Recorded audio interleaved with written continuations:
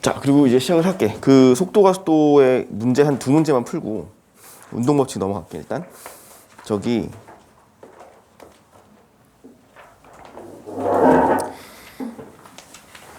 18번이거든요. 18번. 18번. 한 문제만 풀고 갑시다. 18번만 풀고 일단 할게요. 18번이 그림은 빗면을 따라 운동하는 물체 A가 전 P를 V0의 속력으로 지나는 순간 Q에서 물체 B를 가만히 놓은 순간 놓은 모습을 나타내는 것이다 라고 되어 있죠.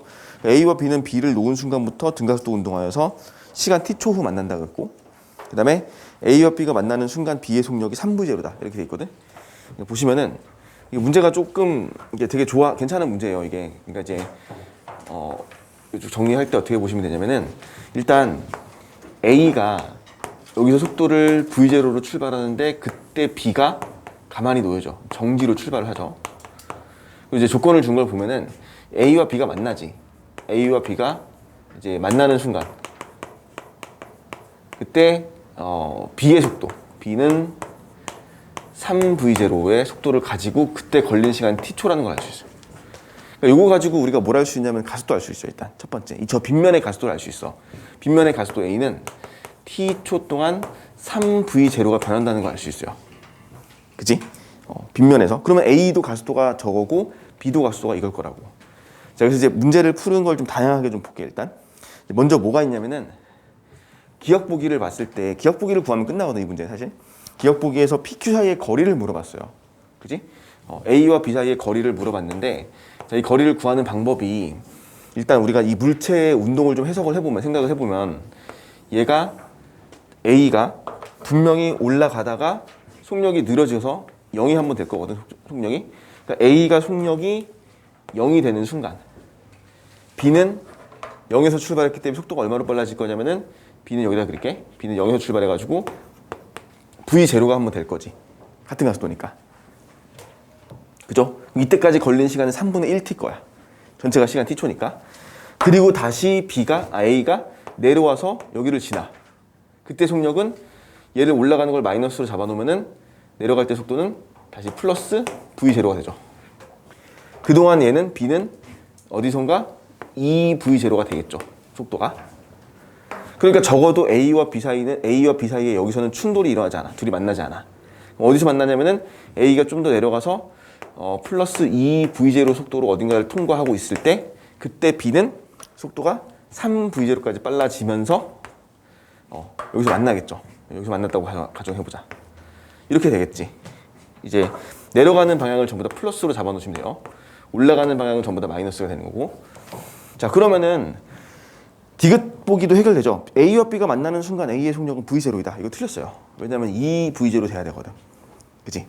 얘가 지금 같은 가속도를 가지고 운동을 하기 때문에 결국 둘이 만났을 때 B의 속도가 3V0가 되면은 A 속도는 플러스 2V0가 될 것이다 라고 확인을 하시면 되겠지. 그래서 이걸 어떻게 할 거냐면은, 자, A와 B 사이의 거리를 구한다는 얘기는 결국 A의 변이, 자 봐봐, 이게 A의 변이거든. 이만큼이 A의 처음 위치로부터 시작해서 이 내려간 변이, 그러니까 A의 변이는 마이너스겠죠. 플러스구나. 미안, 플러스 아래로니까. 그 다음에 B의 변이 여기서부터 시작해서 이만큼이잖아. 이게 B의 변이거든 지금.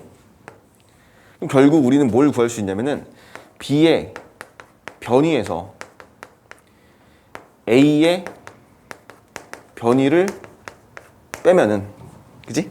그럼 A와 B 사이 거리를 구할 수 있다는 거잖아. 그래서 이 B의 변이 마이너스 A의 변이를 구하는 방법이 되게 다양하게 나와요. 이제 그 중에서 가장 일반적으로 생각할 수 있는 게, 그래프를 한번 그려볼게. 그래프를 그려보면은 이런 식으로 그래프가 그려지거든. 자, A는 처음 속도가 마이너스 V0야. 마이너스 V0로 출발해서 A는 이렇게 속도가 증가해요. 그지? 저게 A의 그래프예요 지금. 그리고 B는 정지 상태에서 출발해서 플러스 방향으로 3V0까지 빨라지니까 B의 그래프는 이렇게 그려질 거야. 그지? 이게 B의 그래프, 그다음에 여기 A의 그래프.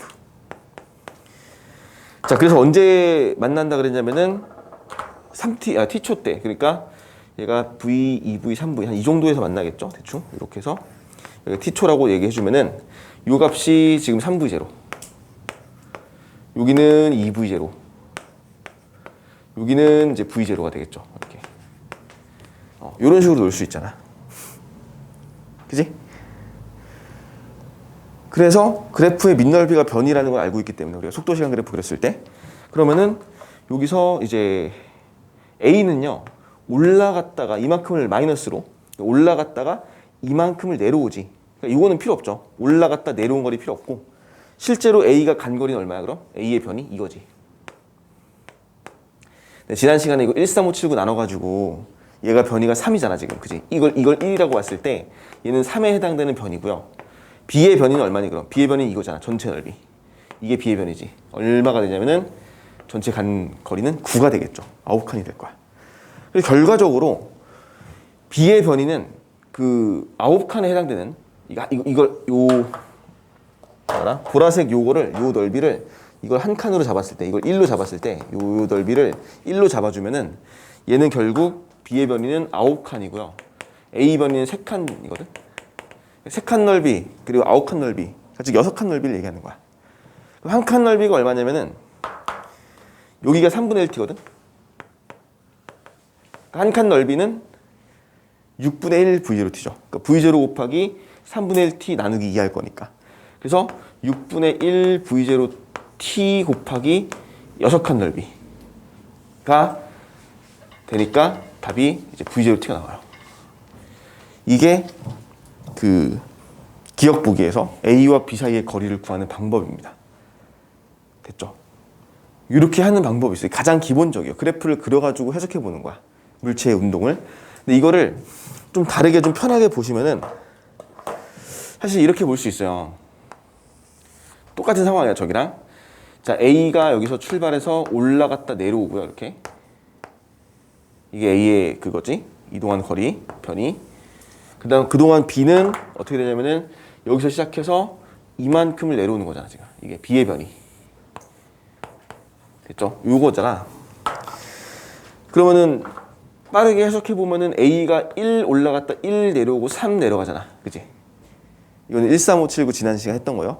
0에서 출발해서 가는 변이의 B는 항상 13579로 증가한다 그랬어. 그럼 그동안 B는 변이가 어떻게 증가할 거냐면은 마찬가지로 1, 3, 5로 증가하겠죠. 그러니까 이 결국 그래프 이거 그린 거야. 이거 1. 얘가 이제 첫 번째 어떻게 했냐면 1, 3, 5 가는 거잖아. 결국. 그러니까 전체 9에서 결국 3 뺀 거랑 똑같으니까 저걸 그릴 필요 없이 바로 6칸이라는 6에 해당되는 길이다. 요 길이는 6에 해당되는 길이구나 라는 게 나오고 1의 길이를 구하면 되겠죠. 1의 길이. 됐어? 그 1의 길이라는 건 결국 A가 V0로 출발해가지고 0이 될 때까지 걸린 시간인데 그게 이제 얼마냐면은 평균 속도가 2분의 1 V0고 곱하기 걸린 시간 3분의 1t 따라서 6분의 1 V0t 그러면 6 곱하니까 V0t 이렇게 나와버려요. 되니? 이게 좀 빠르게 푸는 방법이에요. 이게. 그리고 사실 이거보다 더 빠르게 푸는 게 뭐냐면은 이걸 좀 체크를 해놓으세요. 이거는 좀 어려운 개념인데 상대 속도라는 개념이죠. 이걸 내가 얘기해줬었나? 상대 속도? 자, 상대 속도는 뭐냐면은 우리가 이걸 정의를 너네가 이렇게 내려주는 게 좋아. 상대 속도는 두 물체가 1초 동안 가까워지는 거리였어요. 또는 멀어지는 거리인데 뭐 여기서 가까워질 거니까 두 물체가 1초 동안 가까워지는 거리거든. 그러면 잘 봐. 두 물체가 t초 동안 가까워지는 거리는 그 두 물체 사이의 거리가 되겠죠. 그러니까 봐라. 얘는 상대 속도가 V0로 출발해서 얘는 0이었으니까 상대 속도는 V0고요. 곱하기 걸린 시간 t초 하면은 바로 두 물체 사이 거리 나온다고. 이해 가니? 요거를 쓰셔야 돼요. 이게 제일 편하지. 다시 얘기할게. 상대 속도 곱하기 걸린 시간은 두 물체가 그 가까워진 거리를 얘기하는 거야. 이거 했었나 저번 시간에? 내가 설명해줬던 것 같은데? 그지? 문제를 풀 때 이렇게 이용하는 거지. 결국에는 상대 속도 V0 곱하기 걸린 시간 t 해서 이 거리가 V0t구나 라는 걸 바로 구하고요. 그리고 마찬가지야. 밑에 니은 보기 볼까? A가 최고점에 도달하는 순간의 시간은 3분의 1t거든. 그럼 마찬가지로 V0가 상대 속도인데 곱하기 걸린 시간 3분의 1t면은 두 물체는 3분의 1 V0t만큼 가까워져요. 그치? 됐죠? 두 물체는 3분의 1 v0 t만큼 가까워져서 남아있는 거리는 3분의 2 v0 t가 되는 거지. 됐지? 자, 이게 상대 속도가 이런 등가속도 운동에서 성립을 합니다. 왜냐면은 여기서는 상대 가속도가 0이라고 얘기를 할 수 있어. 상대 가속도가 0이면은 반드시 상대 속도가 어떠냐면은 일정해요. 상대 가속도가 0이라는 뜻은 두 물체의 가속도가 서로 같다는 뜻이야. A나 B나 가속도가 서로 같거든, 지금. 그치? 그러면은 상대 가속도가 0이면은 상대 속도는 일정해요. 항상. 그러니까 그 두 물체가 상대 속도만큼 가까워지는 거야. 1초에, 2초에, 3초에 이렇게 할 때마다. 예를 들어 다시 한번 얘기하면은 중력장에서 얘가 지금 20m/s의 속도로 던지고 이걸 우리가 했었는지 모르겠네. 10m/s의 속도로 던지잖아. 가깝게 이렇게 여기서 아래로 20으로 던지고 위로 10으로 던져서 이 두 물체 사이 거리가 60m라고 한다면은 이 두 물체는 상대 속도가 얼마냐면 30이거든 지금. 상대 속도가 30m/s이고요. 30m/s의 뜻은 뭐냐면은 1초 동안 두 물체가 30m씩 가까워지는 뜻이야. 그러니까 얘 60m가 다 가까워지려면 얼마나 걸려? 2초가 걸리겠죠. 그럼 얘는 무조건 2초 뒤에 충돌하는 거야. 이렇게 해석을 하죠.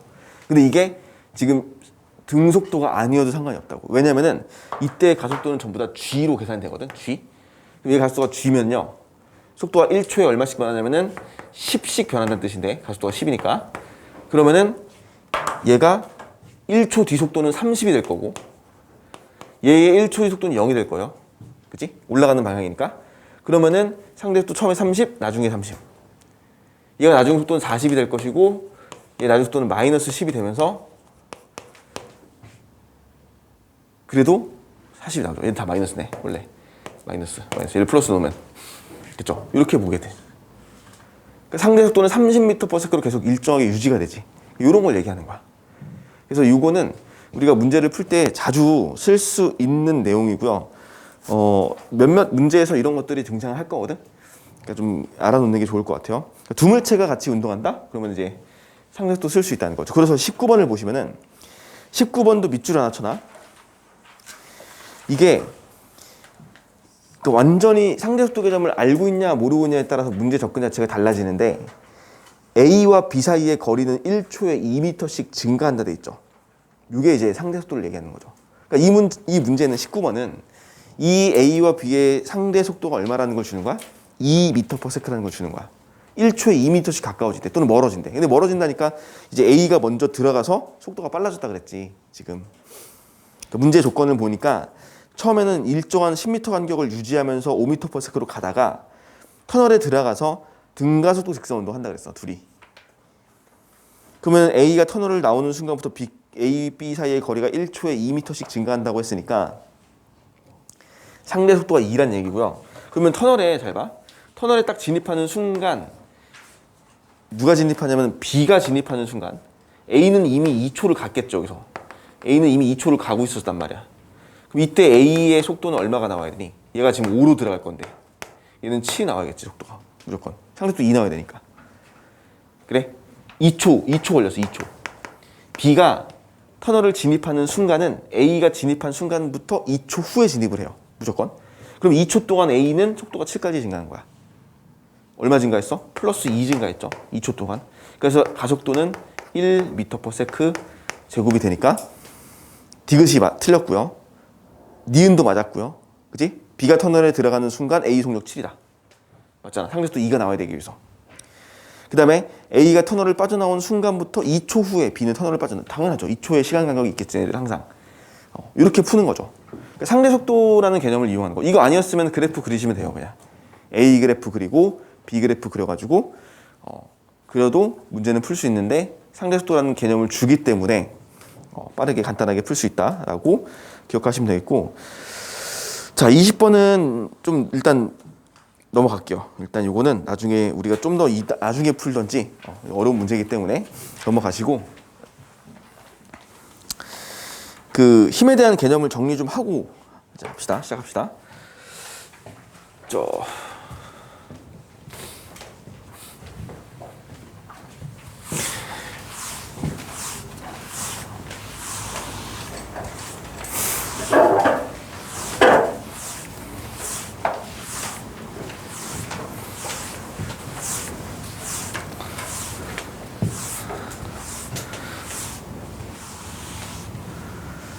학교에서 진도가 언제 나올까? 언제쯤 날려줄까 학교에서? 진도가 많이 안 나올 것 같다 그러던데 애들이. 그럴 것 같아? 1학기 내내 1단원? 1학기 내내 1단원이면은 보통 그래 보통. 근데 보통 그런데 이제 1학기 중간고사까지 역학을 다 나가냐 안 나가냐 그게 문제야. 그러지 않을 것 같아? 지금 이제 뭐가 있냐면 어떤 학교는 대표적으로 뭐 어떤 학교는 역학적 에너지까지 다 나간다고 하는 학교가 있고 어떤 학교는 역학적 에너지까지 못 나가서 그 운동량, 충격량까지만 나간다고 하는 학교도 있거든. 이게 학교 선생님마다 좀 너무 이게 편차가 커서. 근데 원래는 1학기 때 역학적 에너지까지 그 중간고사 때 역학적 에너지까지 다 나가는 게 맞지. 그 정도는 나가줘야 되는 게 맞는데 이거를 지금 나가는 속도면 조금 느리긴 한데 나중에 또 파파박 나가지 않을까? 뒤에 가서 그러지 않을까? 모르겠어. 일단 너네가 수특을 많이 하니까 내가 수특은 다시 정리를 한번 해줄 거예요. 수업 시간 중에서. 그러니까 수특은 알아서 푸셔도 되고 지금 어차피 내가 쓸 거는 수특 변형 문제 쓸 거라서 수특은 그냥 가지고 어차피 샀을 거니까 다 샀지. 그러니까 수특은 그냥 그 수업 나가는 진도대로 나가서 푸시고 나는 이제 보통 고3 애들 대상으로 수특 변형 문제를 주니까 그거 수특 있는 문제들 다 변형해서 따로 우리가 같이 한번 다룰 거거든. 그러니까 원래 문제 보고 그리고 이제 변형 문제 보고 이렇게 하면서 정리를 한번 할게. 그거 이제 자료로 나갈게요. 숙제로. 자, 일단 18페이지에 힘과 운동 여기를 볼게요. 여기까지 나도 진도 나가놓고 뒷부분은 좀 천천히 나갈 거거든. 뒷부분이 제일 어려워서 사실 여기까지는 어렵지 않을 거야. 너네 좀 몇 번 문제 더 풀고 공부 좀 하시면은 요 부분은 쉬워요. 어렵지 않아요. 근데 이제 그 뒷부분의 역학적 에너지 이제 그쪽이 어려워서 그렇지 여기까지는 괜찮을 거야. 그 다음에 또 뒤에 보시면 운동량, 충격량 이건 또 통합과학 때 했던 내용이라서 요거까지도 괜찮을 거거든. 자, 일단은 18페이지에 보시면 힘에 대한 정의 나와 있죠. 이걸 봅시다. 힘. 18페이지에서는 힘에 대한 정의인데 힘이 우리가 저번 시간에 얘기했어요. 물체의 모양이나 운동 상태 변화시키는 원인. 그지? 근데 우리한테 중요한 거는 모양이 바뀌지 않기 때문에 운동 상태를 변화시키는 그 원인이라고 얘기하고요. 그지? 이 힘이 운동 상태를 변화시키는 원인이 이제 여기서 말하는 운동 상태라고 하는 거는 뭐냐면은 속도를 얘기하는 거고 그럼 결국 속도의 변화의 원인이니까 속도 변화를 세 글자로 우리는 가속도라고 얘기했어요. 그러니까 힘은 가속도의 원인이죠. 힘은 곧 가속도가 되는 거야. 그리고 이 힘 앞에다가 뭐라고 붙일 거냐면은 알짜 힘이란 말을 붙일 거죠. 이게 알짜 힘에 대한 정의죠. 알짜 힘이 무조건 물체의 속도를 변화시키게 될 거야. 알짜 힘 어떻게 구하냐면은 알짜 힘을 구하는 방법은 자, 물체에게 작용하는 힘이 오른쪽으로 4N이고 왼쪽으로 만약에 2N이 있다고 합시다. 그러면은 얘는 알짜 힘이 2N이라고 얘기할 수 있죠. 이게 바로 알짜 힘이죠. 이렇게 물체에 작용하는 모든 힘을 합쳐서 벡터 합하는 거죠. 벡터적으로 합한다는 얘기는 방향을 고려해서 더해라 라는 뜻이고 오른쪽 보통 플러스 왼쪽을 마이너스라고 놓기 때문에 이렇게 방향을 고려해 주면은 얘는 이제 그 알짜 힘이 2N이 나오죠. 이렇게 이제 푸시면 돼요. 자, 그래서 그 밑에 보시면 벡터로 힘을 표현한다라는 거 정도 기억해 놓으시면 되겠고, 자, 힘의 평형이라는 게 있어. 힘의 평형. 자, 알짜 힘이 0일 때죠. 힘의 평형이라고 합니다. 만약에 물체에 작용하는 알짜 힘이 0이라고 한다면은 그 물체는 평형 상태에 있다라고 얘기하고 알짜 힘이 0이다라고 얘기하고 그런 상태를 우리가 두 가지로 얘기할 수 있다고. 요 힘이 알짜 힘이 이제 0이 되는 상태는 우리가 두 가지로 얘기할 수 있다고. 정지 상태나 또는 등속 운동하는 상태다. 이렇게 얘기하죠. 속력이 0인 상태 또는 속력이 일정한 상태가 바로 알짜 힘이 0인 상태라고 하고 이걸 우리가 관성의 법칙이라고 얘기하는 거야. 됐지? 그래서 이제 요거 관성의 법칙 이따 좀 더 얘기하고 거기 밑에 보시면 여러 가지 힘 해가지고 몇 가지 힘만 좀 체크를 하고 넘어갈게요. 일단 이렇게 물체가 놓여져 있으면은 자 이따가 얘기하겠지만 우리가 2kg짜리 물체면은 지구가 잡아당기는 중력 가속도 10 곱해가지고 아래쪽으로 얼마 작용하냐면은 20N이라는 힘이 작용해요. 이게 이제 물체에 작용하는 중력이 되겠지. 그와 동시에 이 물체는 바닥면이 저 물체를 떠받치는 힘이 그대로 20N이 작용하죠. 얘는 수직 항력이라고 합니다. 수직 항력. 이렇게 써 있어요. 그지? 그래서 얘는 지금 R자임 0인 상태야. 20N, 20N. 됐지? 근데 이제 여기서 이런 것도 있죠. 그 오른쪽에 그림 보시면은 빗면이 하나 나와. 자, 빗면 위에 물체를 올려놨더니 그 물체가 가만히 정지해 있어요. 이렇게 나올 수 있지. 그지? 자, 이 물체가 빗면으로 이제 올려놨더니 정지해 있어. 근데 물체는 지금 중력이 어디로 가야 되냐면은 무조건 연직 방향으로 가거든, 중력이. mg. 이 아래쪽으로.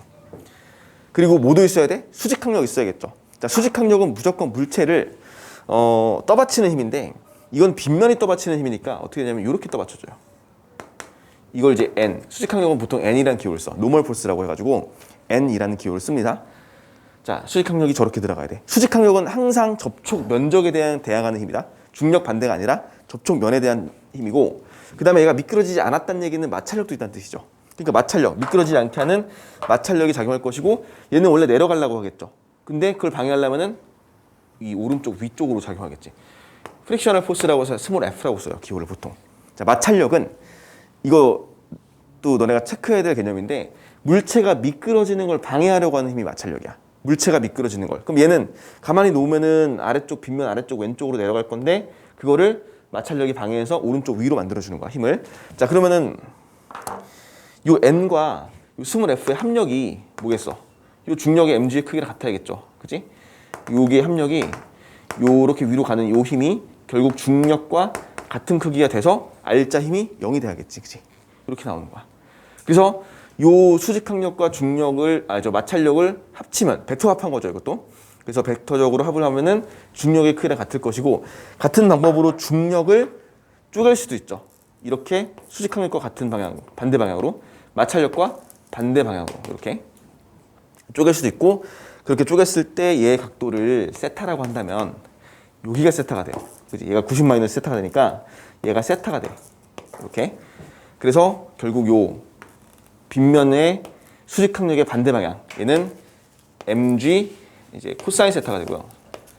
삼각비 성분으로 얘는 mg 사인 세타가 돼요. 이렇게. 자, 그래서 저렇게 힘을 mg를 중력을 두 가지 성분으로 분해할 수 있구나라고 알아놓으시면 되겠고, 그러면 이 스몰 f의 크기는 뭐랑 같은 거냐면 지금 중력의 사인 성분이랑 같을 것이고, 그지? 그 다음에 수직항력의 크기는 뭐랑 같아야 돼?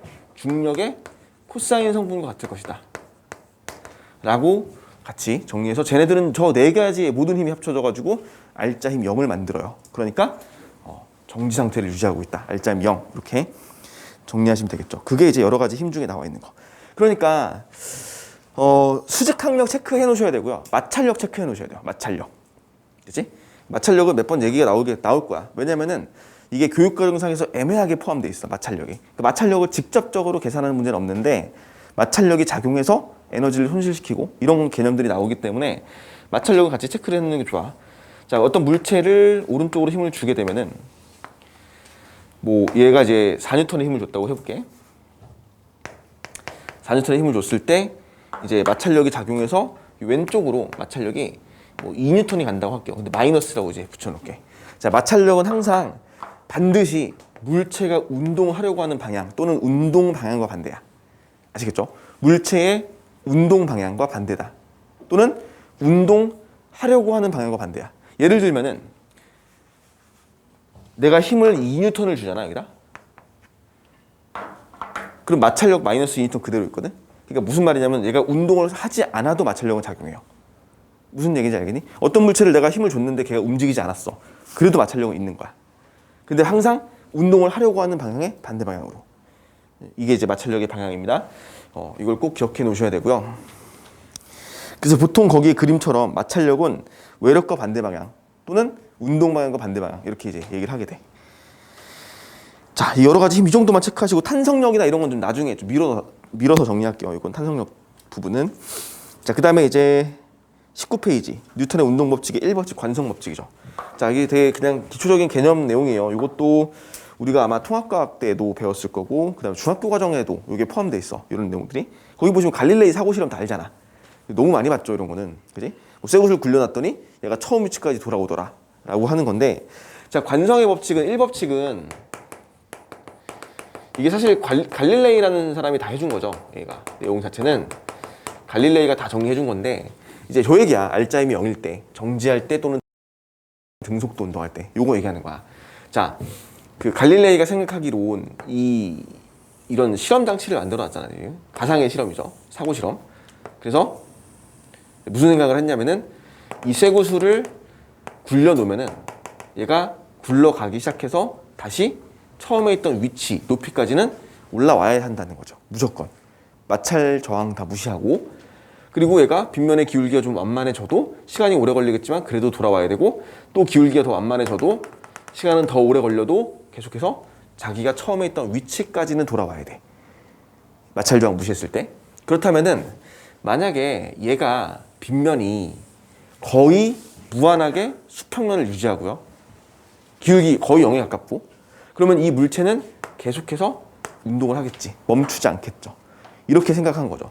이 생각을 했던 가장 큰 이유가 뭐였냐면은, 옛날 사람들의 생각은 물체가 운동을 하려면 반드시 힘이 있어야 된다고 생각했어. 그 예전에 사람들 전부 다. 자, 어떤 물체가 운동을 한대. 움직임이 생긴대, 운동. 그럼 운동을 하면 반드시 뭐가 있어야 돼? 힘이 있었어야 돼. 힘이란 요소가 있었어야 돼. 라고 생각을 했는데, 갈릴레이의 생각은 그게 아니라는 거죠. 힘이 없어도 물체는 운동할 수 있다 라고 하고, 이 물체에 작용한 힘이 없는데 운동하고 있잖아, 계속. 다만 뭐가 변하지 않아? 속도가 변하지 않죠. 얘는 이제 등속도 운동을 하고 있는 거죠. 그래서 갈릴레이가 생각한 개념은 뭐냐면은, 모든 물체는 다 자기 자신의 운동 상태를 유지하려고 하는 성질이 있다는 거지. 힘이 작용하면은 운동을 하는 게 아니라, 힘이 작용하면은 그 속도가 변한다 그래요. 운동의 상태가 변화하지. 이제 속도라는 건 이제 두 글자로 내가 운동 상태라고 얘기했죠. 네 글자로. 속도랑 운동 상태는 같은 말이니까, 힘이 작용하면은 운동의 상태가 변화가 생길 거야. 힘이 작용해서 운동을 하는 게 아니라. 그러니까 이 물체는 작용하는 힘이 없으니까, 즉 알짜 힘이 0이니까 운동 상태 변화가 없고요, 속도 변화가 없고요. 그러니까 얘는 계속해서 등속도 운동을 하고 멈추지 않을 거야 라고 하고, 이런 성질을 뭐라 부르냐면은 관성이라고 불렀어요. 그 성질이야. 자, 관성은요, 어떨 때 생기냐면은 질량을 가지고 있을 때 생기는 거야. 관성은 질량에 비례해요. 그래서 그지? 관성이라는 개념은 자기 자신의 속도를 유지하려고 하는 성질이야. 자기 자신의 속도를 유지하려고 하는 성질을 바로 관성이라고 하고요. 이 관성은 질량에 비례해. 질량이 클수록 관성 크거든. 그치? 자, 그래서 이렇게 생각해보자. 예를 들어서 엄청 큰 바위가 있어. 질량이 라지 M, 엄청 커요. 얘한테 내가 적당한 힘을 줄 거야. 힘은 속도를 변화시키는 원인이라고 했죠. 힘은 속도 변화의 원인이야. 그럼 얘를 힘을 주게 되면 속도가 변해야 되거든. 근데 얘는 질량이 크니까 관성이 커서 속도 변화 해 안 해? 잘 안 하죠. 그치? 얘는 속도의 변화가 잘 생기지 않는다라고 얘기할 수 있어. 그치? 질량이 클수록 관성이 커서 속도 변화를 안 할 거야. 반면에 똑같은 크기한데 좀 적당한 질량을 가진, 스몰 m짜리 질량을 가진 물체가 있는데, 얘한테 힘을 동일한 힘 F를 줬어요. 근데 얘는 관성이 작거든. 관성이 작으니까 어때? 속도 변화 엄청 잘하지. 그래서 얘는 속도 변화를 잘 하게 돼요. 이 차이를 알겠죠? 당연한 이야기야. 질량 클수록 관성이 크니까 속도 변화 안 할 거거든. 질량이 작을수록 속도가 쉽게 잘 변할 거거든. 그래서 결국 이거를 다시 한번 정리한 건 이제 뭐냐면 가속도의 법칙이죠. 이 법칙이야. 가속도의 법칙이 뭔데? 그럼 속도 변화를 얘기하는 거죠. 가속도는 세 글자로, 네 글자로 속도 변화. 가속도는 속도 변화. 이거 얘기한 거죠. 자, 속도 변화를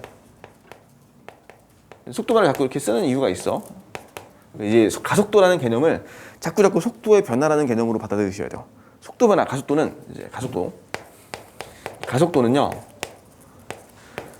질량, 즉 관성과 반비례하지. 그지?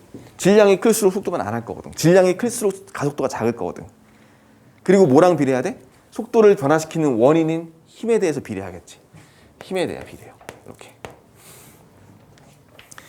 이게 갈릴레이가 했던 거야, 여기까지는. 근데 다만 뉴턴의 운동 법칙이라고 불리우는 거는 이제 딱 그 하나의 차이죠. 수학적인 차이.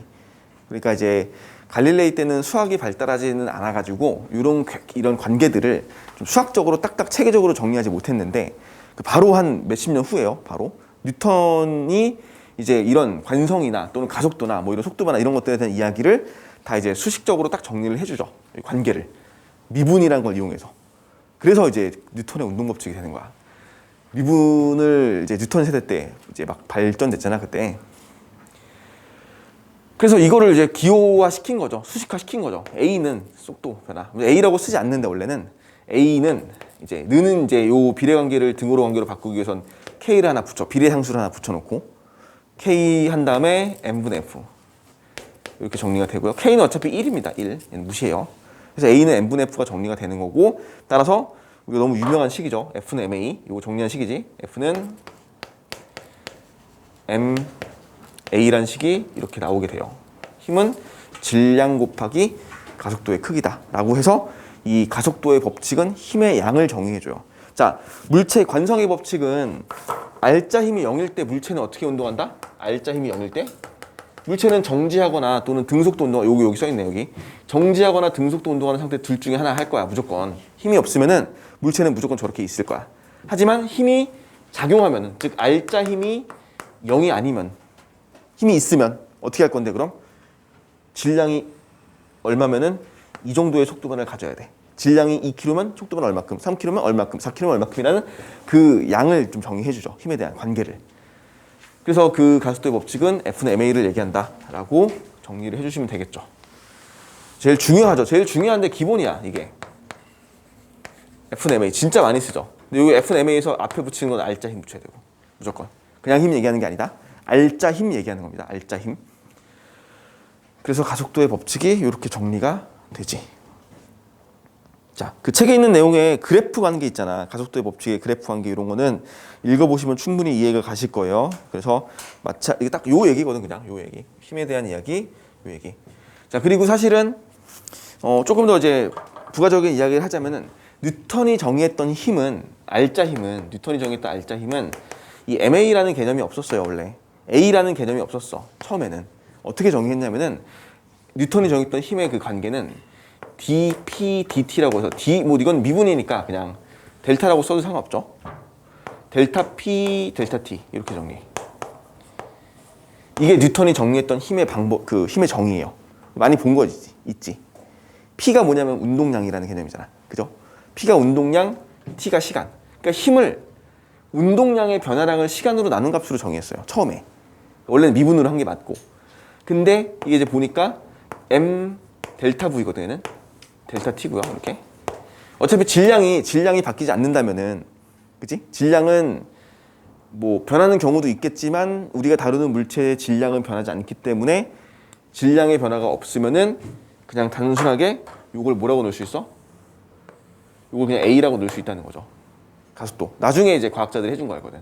수학자들이 수학적인 전개를 통해서 어차피 질량이 바뀌지 않을 거면은 그냥 속도 변화만 체크하면 되잖아. 그래서 F는 MA라고 이제 정리를 깔끔하게 해놓은 거고, 사실은 이렇게 쓰는 게 맞는 건데 이제 보시면은 이게 또 M 델타 V에서 M 델타 V를 P라고 놓으니까 T를 넘겨가지고 우리가 알짜 힘 F 곱하기 델타 T는 델타 P라는 식으로 정리가 되죠. 이거는 우리가 통합과학 때 배웠던 운동량, 충격량 관계예요, 그냥. 그지? 그러니까 요거는 다음 시간에 간단하게 얘기할 건데, 뭐, 다 알고 있을 거예요. 요거는 좀 예습이 좀 필요할 거야. 왜냐하면 통합과학 할 때 운동량, 충격량을 다 배웠기 때문에 이제 여기도 똑같은 내용이 중복 때 나오거든? 그래서 요 개념은 내가 자세하게 안 하더라도 너희가 좀 미리 정리를 한번 해놓으시는 게 좋을 것 같아요. 힘 곱하기 시간은 운동량의 변화량이다. Ft 델타 P. 이게 가속도의 법칙에서 나오는 거지. 자, 그리고 3법칙. 3법칙은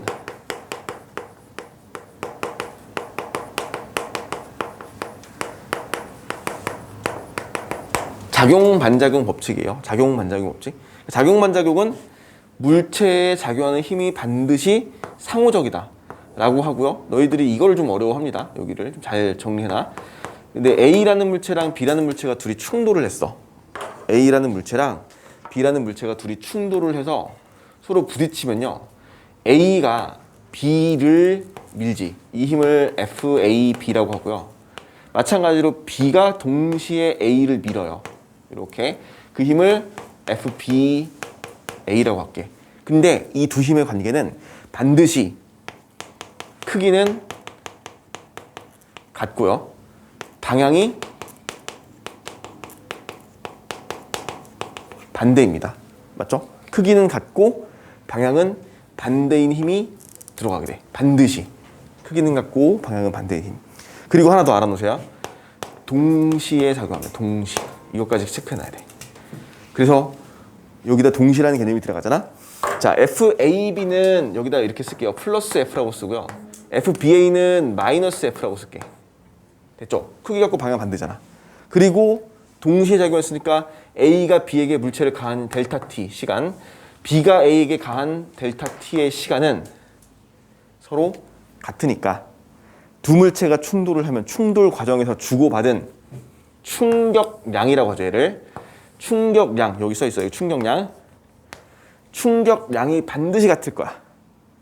그러니까 충격량이 같다면 반드시 두 물체의 델타 P, 요 운동량의 변화량도 반드시 같겠죠. 그래서 B의 운동량 변화량과 A의 운동량 변화량, 즉 델타 P가 항상 같다까지 같이 이어지게 되죠. 이게 뉴턴의 운동 법칙으로 다 정리하는 거니까 운동량, 충격량을 배우실 때 이런 것들을 다 아셨어야 되는 건데 이거 나중에 다음 시간에 그대로 할 때 또 같이 정리할 거니까 일단 기본적으로 이 법칙과 3법칙은 운동량과 충격량의 관계를 설명하는 법칙이에요. 결과적으로. 됐지? 그래서 두 물체가 충돌을 하면서 크기는 같고 방향은 반대인 힘이 동시에 작용하더라. A가 B를 밀과 동시에 B도 A를 밀게 된다라는 거죠. 이게 작용 반작용 법칙이야. 그리고 이게 우리가 뭐랑 비교가 돼야 되냐면은 요 개념과 비교가 돼요. C라는 물체가 있는데 C라는 물체에게 오른쪽으로 플러스 F를 줌과 동시에 왼쪽으로 마이너스 F를 주는 경우. 됐지? 이거는 말로 얘기하면 똑같아. 잘 봐. 크기가 같고요. 방향이 반대야. 얘네 두 힘은. 그지? 똑같죠? 크기 같고 방향 반대. 크기 같고 방향 반대. 근데 힘이 동시에 작용해요. 또 똑같이. 그럼 얘는 말로 쓰면 똑같은데 전혀 다르죠. 얘네 둘은. A와 B의 이 두 힘의 관계를 뭐라고 얘기하냐면 작용 반작용 관계라고 얘기하고 얘는 힘의 평형 관계라고 얘기합니다. 그지? 이 두 힘은 합쳐서 R자 힘을 0으로 만들어. 맞지? 그러니까 너희가 말로 얘기할 때 이걸 비교하실 줄 아셔야 돼요. 실제로 문제에서도 이렇게 나오고 이걸 출제해서 헷갈리게 문제를 물어보죠. 말을 물어보죠. 작용 반작용 관계와 평형 관계를 두 개를 비교하는 형태. 가장 큰 차이는 뭐냐면은 말로 쓰면 똑같아요. 크기 같고 방향 반대면 동시고 크기 같고 방향 반대면 동시인데 얘는 힘을 합칠 수가 없잖아. 각각 있으니까 따로따로 A 따로 B 따로 힘을 주니까. 하지만 얘는 한 물체에게 작용하는 힘이기 때문에 두 힘을 합쳐서 R자 힘을 0을 만들죠. 얘는 R자 0이 개념이에요. 힘의 평형은. 이렇게 두 개를 구분을 해놓으시면 됩니다. 자, 운동 법칙에 관련된 이야기 이게 끝이야. 다 했어. 그리고 우리가 이제 실제로 문제에서 어떤 식으로 풀이가 나올지, 우리가 어떤 식의 스킬이 필요한지는 따로 정리하시면 돼요. 일단 개념은 이 운동 법칙에 대한 개념, 힘에 대한 개념은 이게 다야. F는 MA가 결국이죠. 다죠. 결국 이렇게 정리를 일단 해놓으시고 조금 쉬었다가 하겠습니다.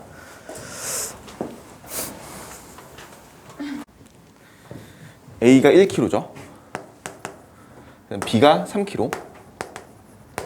이렇게 돼 있죠. 그러면은 저기서 작용하는 힘들을 다 따지는 거야. 이제 가장 많이 물어보는 게 뭐냐면은 이제 뭐 B에 작용하는 중력과 B에 작용하는 중력과 수평면이 바닥이 B를 떠받치는 힘. 그지? 말을 얘기해볼까? B에 작용하는 중력과 수평면이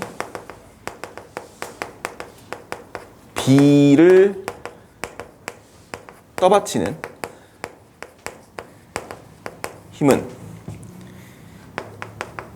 작용 반작용 관계이다. 이거 물어볼 수 있죠. 이렇게. 돼서 맞아 틀려? 틀렸어요 이거는. 그치? B에 작용하는 중력은 힘을 말로 얘기하면 어떻게 얘기를 해야 되냐면은 B의 중력, 그러니까 B가 아니다, 지구가 B를 당기죠. 이 말을 쓰면은 지구가 B를 당기는 힘이고 얘는 수평면이 B를 당기는 힘이니까, 떠받치는 힘이니까 이건 작용반작용 관계가 성립하지 않지. 작용반작용 관계가 성립하려면은 A가 B를, B가 A를 이런 관계가 나와야 돼 무조건.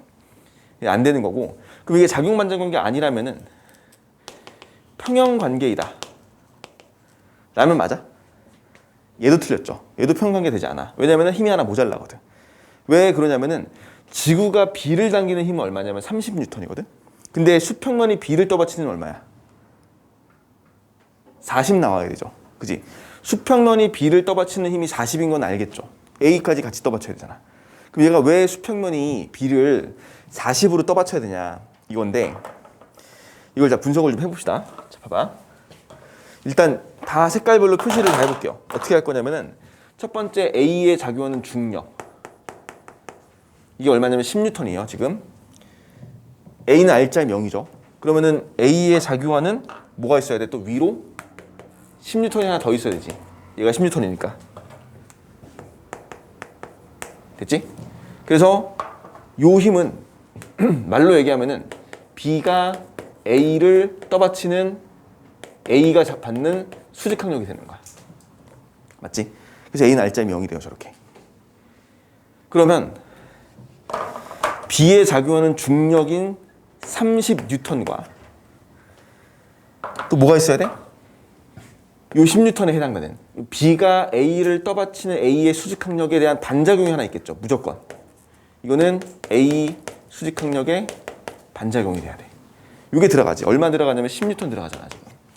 그래서 결국 B는 아래로 40을 받아야 돼. 그치? 자, B에 작용하는 중력 30N과 B가 A를 떠받치고 A가 B를 미는 이 A의 수직항력의 반작용 10N이 들어가서 합쳐서 40N이 들어가야 되고, 그럼 이걸 떠받치기 위해서는 수직항력이죠 이게 B가 받는 수직항력. B가 받는 수직항력은 40N이 되겠지. 이렇게 나오는 거야. 그래서 요거는 평형관계가 될 수 없죠. 평형관계가 되려면은 하나가 더 필요하지. A에 작용하는 수직항력의 반작용 10N이 필요한 거야. 이렇게 생각을 하시면 돼요. 되지? 자, 그래서 이거를 우리가 보통은 어떻게 해석을 하냐면은, 자, 이런 관계가 있어. 중요하죠. 자, 개라는 개념이 있는데요.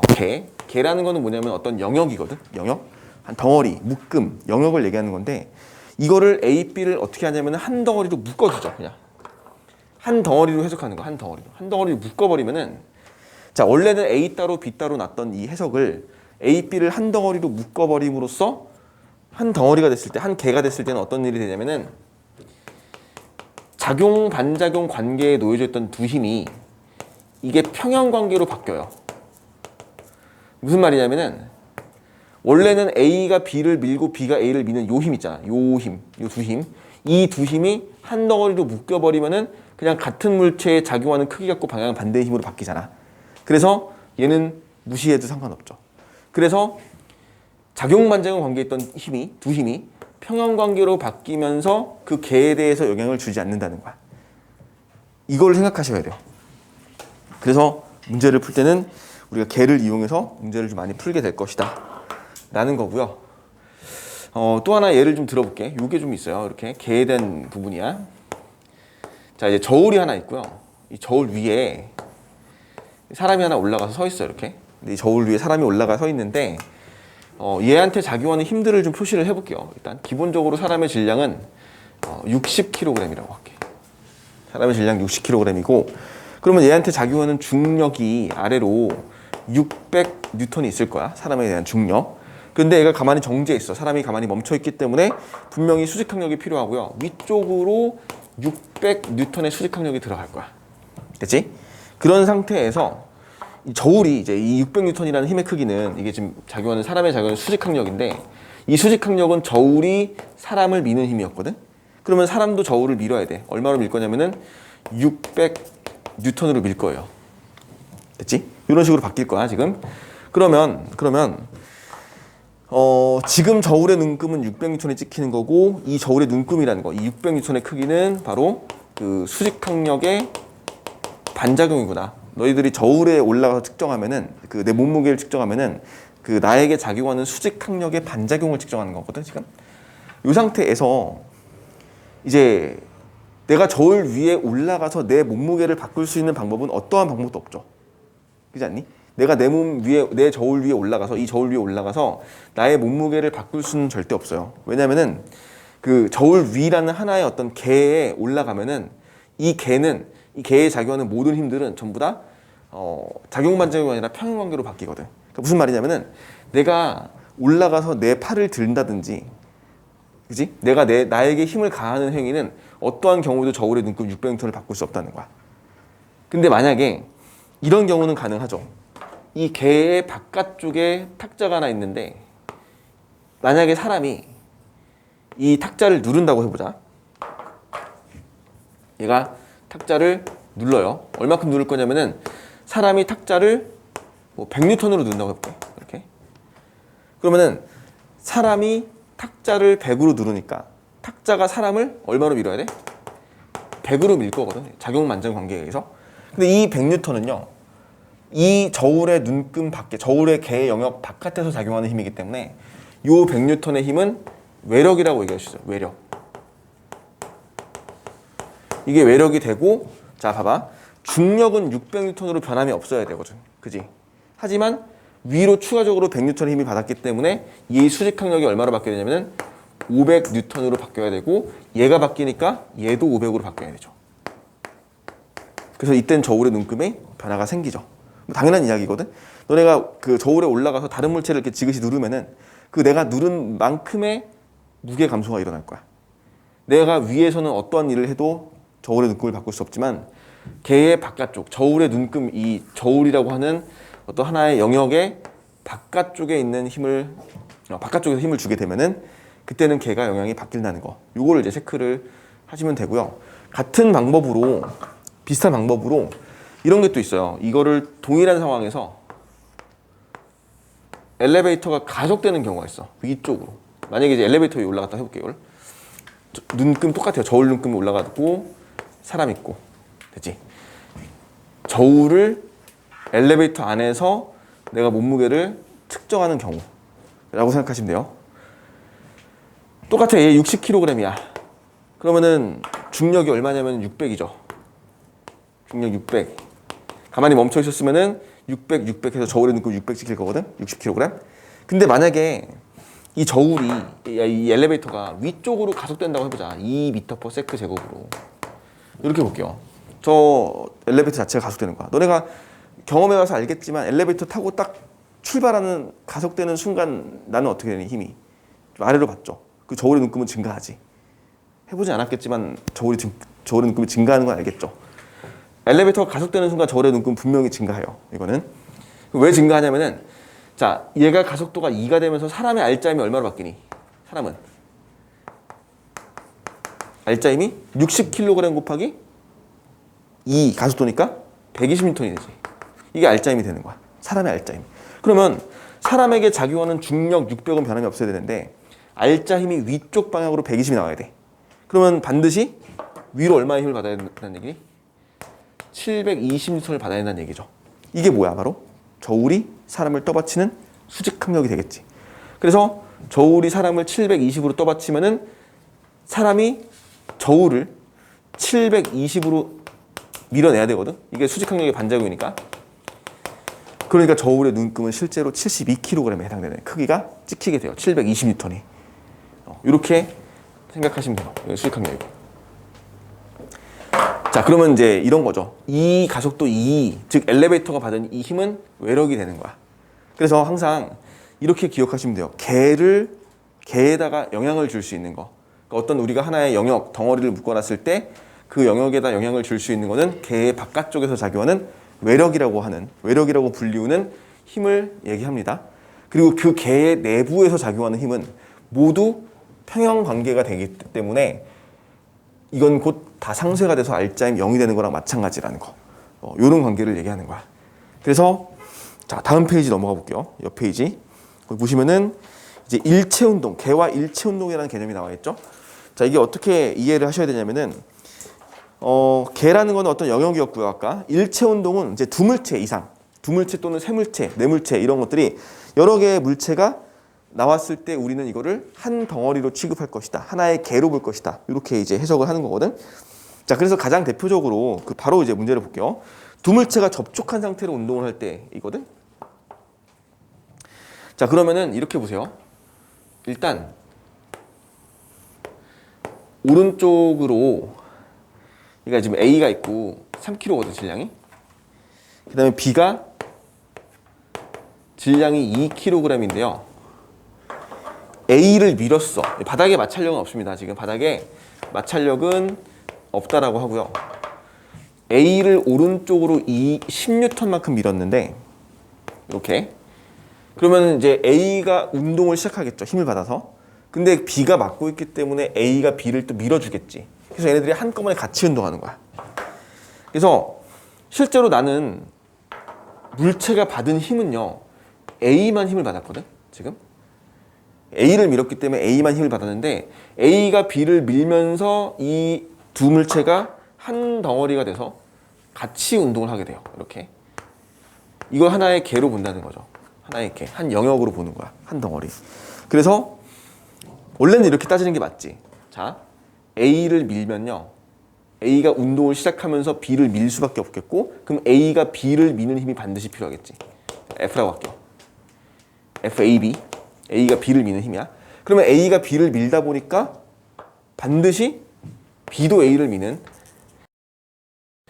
이 작용-반작용 관계에서 FBA라는 힘이 나올 거거든. 무조건. 그래서 이제 이렇게 나눠지고 난 다음에 해석을 하는데 우리가 이걸 이렇게 한다는 거죠. 한 덩어리도 묶어버리면 하나의 개 안에서 FAB와 FBA는 평행관계지 그냥. 얘는 크기 갖고 방향 반대 힘이잖아 그냥. 그러니까 얘는 무시해요 일단.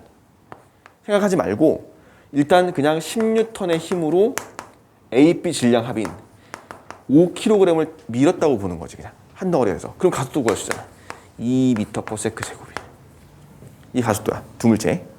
그러면 두 물체가 한 덩어리로 운동을 하니까 이렇게 한 덩어리 운동하는 걸 일체 운동이라고 하거든. 일체 운동은요. 반드시 두 물체의 속도 같고요. 가속도가 같고요. 간거리 같고요. 운동하는 시간까지도 같아. 이게 이제 같다 항상. 되니? 일체 운동을 하게 되면 속도, 가속도, 변이, 시간 이런 게 다 같아야 돼. 그래서 가속도가 2m/s 제곱으로 동일하다는 걸 알아내고요. 그리고 이제 A를 놓고 푸는 거야. A는 가속도가 2거든. 질량은 3kg고요. 뭘 구할 수 있냐면 A의 알짜임을 구할 수 있지. FA. 얼마냐면 6N이야. 무조건 자기 질량 3kg 곱하기 가속도 2m/s 제곱 하면 이게 A의 알짜 힘 6N이 나오고요. 그렇지? 그러면은 실제로 A는 10N의 힘을 받았는데 알짜 힘이 6밖에 안 되는 거야. 반드시 왼쪽으로 얼마가 가야 되냐면은 4N이 가야 된다. 마이너스 4N. 이렇게 이제 설명이 되는 거죠. 그래서 요 마이너스 4N의 정체는 누굴까? 요거겠죠. 요거 FPA. 이렇게 해석을 하는 거지. 그럼 동일하게 B도 놓고 보시면요. 자, B를 놓고 보면 B는 질량이 2kg이고 얘 가속도가 2m/s 제곱이니까. 그지? 오른쪽으로 방향 플러스 그냥 놓은 거고 얘는 원래는 10N 받은 힘이 아무것도 없죠. 근데 저 알짜 힘이 얘는 무조건 4N이 나와요. 이 4N의 출전은 어디냐면은 A가 B를 미는 힘인 요 마이너스 4N의 반작용이겠죠. 플러스 4N. 이렇게 되겠지. 요게 이제 B를 운동시키는 원동력이죠. 이렇게 설명이 되는 거야. 되지? 그리고 요거 같은 경우는 우리가 보통 이제 이렇게 나누게 돼요. 너희들이 문제를 풀다 보면은 A, B 전체 묶어봤더니 작용하는 힘이 10밖에 없어. 그러면 이 10N은 질량 B로 나눠가요. 그지? 3대2로 나눠가 무조건 10N은. 왜냐면 둘이 무조건 가속도가 같을 거거든. 그럼 질량 B가 곧 알짜 힘의 B가 될 거거든. 그래서 그냥 단순하게 질량 B로 힘의 B를 그냥 계산을 해버려요. 알짜 힘을 가지고. 이렇게 푸는 게 있고요. 넘어가 보면 동일한 방법입니다. 23번도 마찬가지예요. 23번도 마찰력이 없는 상태에서 2kg짜리 A와 3kg짜리 B를 15N으로 끌어당기거든, 지금 얘가. 그치? 15N으로 끌어당기는데, 그, 장력이 이제 여기 걸려있죠, 실. 이게 장력이라는 힘인데, 이제 T라고 쓰죠, 장력. 장력이 이제 팽팽하게 연결되면서 힘을, 이 A와 B 사이를 이제 이어주거든, 힘을. 장력은 얘들아, 너희들이 항상 기억할 게, 이 힘은 연결된 또는 이어지는 힘이거든? 연결된 힘이에요, 연결. 그러니까 힘을 B와 A 사이를 이어준다고 생각하시면 돼. 장력이 뭐 따로 추가로 작용하고 막 힘을 받고 이런 게 아니라 그냥 B에게 작용하는 힘을 A에게 연결시켜준다는 개념으로 보시면 되고요. 자, 이것도 마찬가지야. 실제로는 B를 끌어당기는데 B가 끌려가서 운동을 시작하면서 연결된 실이 A를 같이 끌고 갈 것이고, 그러면은 따로따로 계산할 게 아니라 얘도 한 덩어리로 묶어주는 거죠. 한 덩어리로 묶어가지고, 한 덩어리로 묶으면 장력이 이렇게 작용하거든. 이렇게 서로 당겨지는 장력이 무시가 돼요, 그냥. 그지? 이게 무시가 되면서 얘는 고려하지 말고 단순하게 10N이 질량 5kg 곱하기 가속도 15N이구나. 15N의 가속도가 3m/s 제곱이 돼요.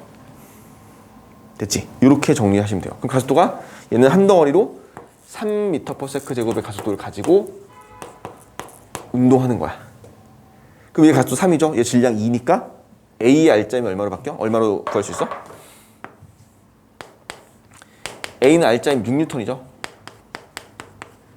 A의 R점이 6인 이유는 질량 2kg 곱하기 가속도 3m/s 제곱. 이렇게 계속 해석이 되니까. 그럼 결국에는 뭐밖에 없어? 장력 6N이라는 뜻이지. 이게. 그 다음에 마찬가지로 B도 보시면요. B는 빼먹지 말아야 돼. 오른쪽으로 15N이라는 힘이 있습니다. 여기 15N이라는 힘이 있는데 R자 힘이 얼마가 나와야 되냐면 가속도 3이고 질량이 3이니까 R자 힘이 9N 나와요. R자 힘이 9N 나오기 위해서는 얘가 왼쪽으로 얼마 가야 되니? 6N이 가면 되죠. 장력은 그래서 6N이라고 계산한 거야. 이걸 오른쪽 6, 왼쪽 6 해서 12N 이렇게 하면 안 되고 그냥 하나로 6N으로 표시를 하시면 돼요. 그래서 15N, 6N, R자는 9N 이렇게 표시가 되지. 이렇게 마무리하시면 돼요. 이게 이제 일체 운동을 생각하는 방법입니다. 자, 우리가 그 4번에 보시면요. 4kg, 1kg 놓여져 있는 거 있고 5번에 2kg, 3kg 놓여져 있는 거 있지. 이 두 개 같이 해볼게요, 지금. 바로 장력을 구해보세요. 지금 했던 방법 그대로.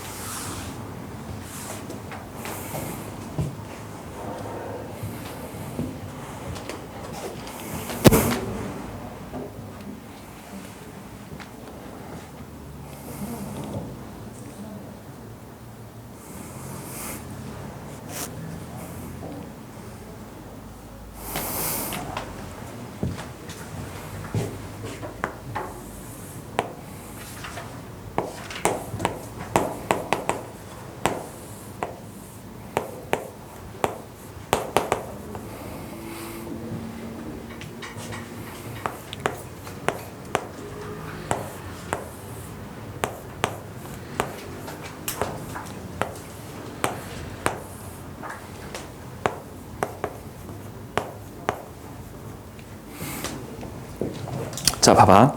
이게 이제 4kg, 1kg 나와 있는 거죠. 여기 마찰력 없습니다, 지금. 마찰력이 없는데, 여기 같은 경우는 이제 아래쪽으로 중력 작용하죠. 이 아래쪽으로 중력이 10N이 작용할 거야. 그리고 얘는 작용하는 힘이 없죠. 자, 10N 말고 작용하는 힘이 없는데, 이제 여기 보시면은 한 덩어리를 묶어버리죠. 장력을 무시하기 위해서. 한 덩어리를 묶어줘. 그러면 장력 구할 필요가 없죠, 굳이. 그리고 나서 전체 질량 10N, 전체 힘 10N, 전체 질량 5kg, 가속도 2m/s 제곱 해서 전체 가속도를 구하죠. 가장 일반화된 폼이에요, 이게. 전체 가속도를 구하면 얘는 가속도가 지금 2야, 이쪽으로 2m/s 제곱. 얘도 가속도가 이쪽으로 2m/s 제곱이야. 그럼 알짜 힘이 몇 대 몇으로 나눠가? 4대 1로 나눠가요. 전체 알짜 힘이 얼마니? 10N이잖아. 그럼 10N이 4대 1로 나눠가니까 얘 알짜 힘이 8N, 이 알짜 힘은 2N 이렇게 나올 것이고, 자, 얘는 10N의 힘을 받고 있죠. 근데 알짜 힘이 2래. 그럼 위로 얼마 가야 되냐면 8N이 가야 돼. 그치? 얘는 알짜 힘이 8N인데 작용하는 힘이 장력 이거 하나밖에 없을 거 아니야. 그러니까 8N이 장력이 되죠. 이런 식으로 구하는 거고요. 됐지? 이게 이제 가장 많이 나올 수 있는 이 두 가지 형태가 제일 많이 나오는 그림이거든. 여기서 이제 우리가 속도 따지고 가속도 따지고 더 나아가서는 이제 뭐 장력 물어보고 에너지까지 물어보는 거야. 이런 형태가 가장 기본적인 형태예요. 됐지? 그리고 얘를 볼게요. 얘는 이제 이쪽으로 중력이 20N인데 이쪽으로 중력이 30N이거든. 자, 이 두 힘은 지금 20과 30N의 두 힘은 방향이 서로 반대 방향이죠. 그지? 요 힘의 이 방향은 아래쪽으로 같은 게 아니라 반대 방향이야. 왜냐면은 이 3kg짜리 물체는 내려갈 것이고 2kg짜리 물체는 올라갈 것이니까 이게 물체의 운동 방향이 되거든. 그러니까 이 두 방향은 운동 방향은 두 방향은 같은 방향이에요, 지금. 2kg 올라가지 3kg 내려가지 이게 반대 방향이 아니라 서로 같은 방향이라고. 이 물체는 이렇게 운동하거든, 지금. 이렇게. 이거 같은 방향이에요. 그러면 20N과 30N은 운동 방향에 대해서 각각 반대 방향이야. 그러니까 정확하게 얘는 플러스 30, 얘는 마이너스 20으로 해석하는 게 맞죠. 그래서 결국 얘의 알짜 힘은 10N이 되죠. 50이 아니라. 맞지? 그래서 이걸 이제 이렇게 봐도 돼. 사실 요거를 좀 편하게 생각하시려면은 이렇게 봐도 상관이 없습니다. 이쪽으로 30 당기는데 이쪽으로 20을 당기는 거야. 그죠? 이건 똑같은 개념이죠, 이거랑. 바닥에 마찰력 무시한 상태에서. 그럼 얘가 2kg, 얘가 3kg. 그러면은 이거 놓고 계속 하는 거죠. 그럼 얘는 어떻게 되냐? 합쳐서 알짜 힘이 10N이지. 질량은 5kg. 가속도는 2m/s 제곱이면은 얘가 가속도가 올라가는 방향으로 2고요. 내려가는 방향으로 2가 되는 거야, 가속도는. 맞지? 그러면은 알짜 힘이 얼마가 돼? 얘는 4N. 알짜 힘이 6N이야. 그러면 장력 구할 수 있어요. 장력 얼마냐면은 이거를 24라고 얘기해야겠지. 올라가는 방향으로 힘이 나와야 되니까. 얘가 24N이 나와야지 아래로 20 당기는데 알짜 힘이 위로 4가 나오거든. 위로 4. 그러니까 얘가 24N이 되죠. 마찬가지로 얘를 24로 당겨줘야지 아래로 30 당기는데 알짜 힘이 아래로 60이 나와버리지. 6N이 나와버리죠. 그러니까 위로 24N. 그래서 장력을 이렇게 구하시는 거죠. 장력은 24N. 이렇게 구하시면 돼요. 자, 넘어가 볼게, 얘들아. 넘어가서 대표적인 문제 2번과 3번 이걸 두 개를 풀 건데 2번을 좀 같이 볼게요. 2번은 너무 유명한 문제예요, 이것도. 자, 등속도 운동하는 거미가 있대. 등속도라는 거는 알짜 힘이 0이란 뜻이지. 그지? 기억, 거미에 작용하는 알짜 힘은 0이다. 맞는 보기예요. 자, 거미가 실에 작용하는 힘의 크기는 실이 거미에 작용하는 힘의 크기가 같다. 자, 말로 얘기해 보세요. 거미가 실에 작용하는 힘의 크기는 실이 거미, 거미가 실, 실이 거미. 이건 무슨 관계냐면은 작용 반작용 관계죠. 거미가 실, 실이 거미. 자, 맞는 보기죠, 이거는. 세 번째, 실이 거미에 작용하는 크기는, 힘의 크기는 실이 나무에 작용하는 힘의 크기보다 크다. 자, 실이 거미에게, 그러니까 이제 그림은 이렇게 돼 있을 거야. 거미가 있고 실이 있고 나무에 매달려 있는데 문제에서 물어본 게 뭐냐면은 실이 거미를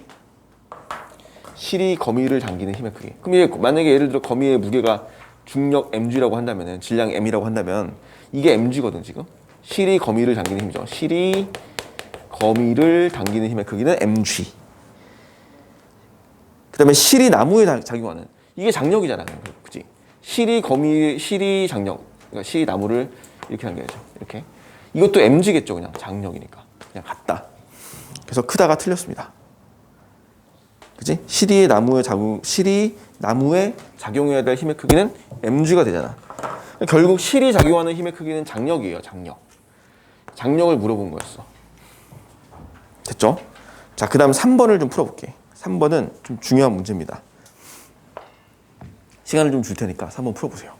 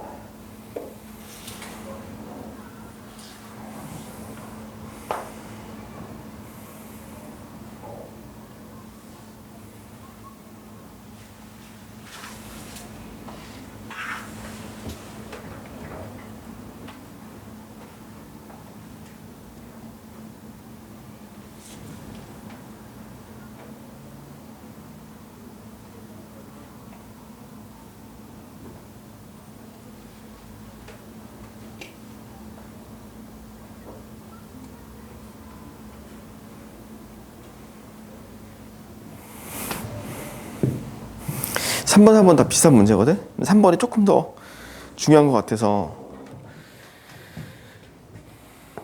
얘도 이제 분석을 한번 해볼게요. 3번도 뭐 그냥 가볍게 풀면 솔직히 풀 수 있는 건데 이제 좀 자세하게 놓고 보면은 이 개념을 하나 좀 아셔야 될 것 같아서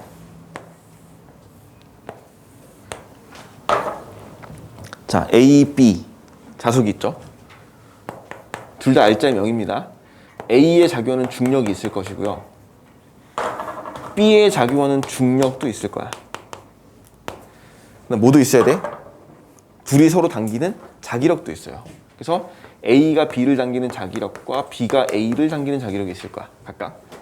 그럼 우리가 알고 있는 거는 A는 지금 중력과 자기력을 아래로 받고 있기 때문에 반드시 위쪽 방향으로 수직항력이 하나 나와야겠네. A의 수직항력이 나올 거야. 됐지? 이 세 개의 힘이 평형을 이루어야 되기 때문에 됐죠? A의 중력과 이 자기력, A가 B로부터 받는 자기력, 요거와 그 다음에 종이컵이 A를 떠받치고 있는 저 수직항력까지 세 개가 평형을 이루어야 되기 때문에 이렇게 쓸 수 있겠죠. A의 수직항력은 A의 중력에다 플러스 자기력을 합한 값이랑 같을 것이야. 맞죠? 평형 R자임이 0 나오려면. 그러면 밑에 것도 B도 R자임이 0이니까 B는 중력이 하나 있고 자기력이 하나 있죠. 이렇게 놓으면은 B의 중력과 저 자기력이 같다라고 놓을 수 있는데 우리가 하나를 체크를 하셔야 돼요. 하나 뭐가 좀 빼먹으면 안 되냐면은 여기에는 얘가 있을 수가 있어. 지금 여기서 있을지 없을지 모르겠지만 있을 수 있는 힘이 하나 있어요. 바로 아래쪽으로 B의 수직항력이 하나 있어야 돼요. 자, 수직항력은 항상 접촉 면적에 대해서 대항하는 힘이기 때문에 이게 지금 아래로 갈 수도 있어요. 접촉 면적이 위에 있기 때문에. 그죠? 그럼 제가 왜 필요하냐면은 예를 들어서 B의 중력이 10N이야. 근데 얘네들끼리 서로 당기는 자기력이 30N이라고 보세요. 만약에 자기력이. 그러면은 B의 중력 10N, 자기력 30N이면 20N이 B잖아. 그럼 얘가 채워줘야 돼요. 근데 자기력이 얼마인지 모르니까 지금 중력보다 셀 수도 있잖아. 같을 수도 있지만. 그래서 만약에 자기력이 중력보다 크다고 한다면은 B의 중력도 있고 B의 수직항도 있어야 돼. 얘가 20이 돼야 돼요. 맞지? 그러니까 만약에 숫자 값을 다 쓴다고 한다면 예를 들어서 얘 중력이 10N이라고 하고요. 자기력의 크기가 예를 들어 만약에 30N이야. 그러면은 자꾸 떨어져. B의 수직항력이 20N은 돼줘야지 얘가 R자임이 0이 돼서 멈출 수가 있다. 따라서 B의 수직항력은 지금 문제 상황에서 없어도 상관없어요. 하지만 우리가 이게 가능할 수 있다. 이런 문제가 이런 힘이 있구나라는 건 체크하셔야 돼요. 인지를. 그래서 결국 얘네들은 평형을 만들어주면은 자기력이 이번엔 B의 수직항력 플러스 B의 중력이랑 같은 거죠. B의 수직항력은 모르겠어. 없어도 돼요, 지금. 그러면 여기 정리해 보시면은 A의 수직항력이 A 중력 플러스 자기력인데 자기력이 또 B의 수직항력이다 B의 중력이거든. 이렇게. 결론은 뭐냐면은 A의 수직항력은 A 중력 플러스 B 중력 플러스 B에 있을 수도 있는 수직항력의 크기 합과 같아야 돼요. 이렇게 나오게 되지. 그리고 문제를 보시면요. A가 B에 작용하는 자기력과 B가 A. 이거는 무조건 작용 반작용이네. A가 B, B가 A. 이렇게 되면은 그 다음에 A가 컵을 누르는 힘의 크기. 자, A가 컵을 누르는 힘의 크기. A가 컵을 누르는 힘의 크기는 컵이 A를 누르는 힘의 크기랑 같은 거야. A가 컵이 A. 컵이 A를 누르는 힘의 크기는 미는 힘의 크기는 수직항력이잖아. 요거 얘기하는 거죠. 요거. 자, A가 컵을 누르는 힘의 크기는 B에 작용하는 중력 크기보다 크다. 맞죠? 당연히 A 중력, B 중력 합친 거니까. 니은 맞습니다. 자, B를 제거하면은 얘를 제거하면은 B 중력 사라지겠지. 그러면 A가 컵을 누르는 힘의 크기, A 수직항력 반작용. 이게 힘의 크기 감소한다. 당연히 감소하죠. A의 수직항력은 A 중력 플러스 B 중력 합과 같은 거니까. 이렇게 정리를 하시면 됩니다. 됐죠? 4번은 이제 우리가 풀어보시면 돼요, 같이. 요거는 이렇게 지금 작용 반작용과 평형 관계를 정확하게 분석해서 따지는 문제이기 때문에 요거가 하나의 유형이라고 보시면 돼요. 하나 나올 수 있는 가능성이 매우 높은 문제예요. 운동 법칙 중에서 정리해 놓으셔야 되고, 이건 수능에도 출제가 자주 되는 거라서 반드시 기억을 해 놓읍시다. 이렇게 하나 문제가 있고요.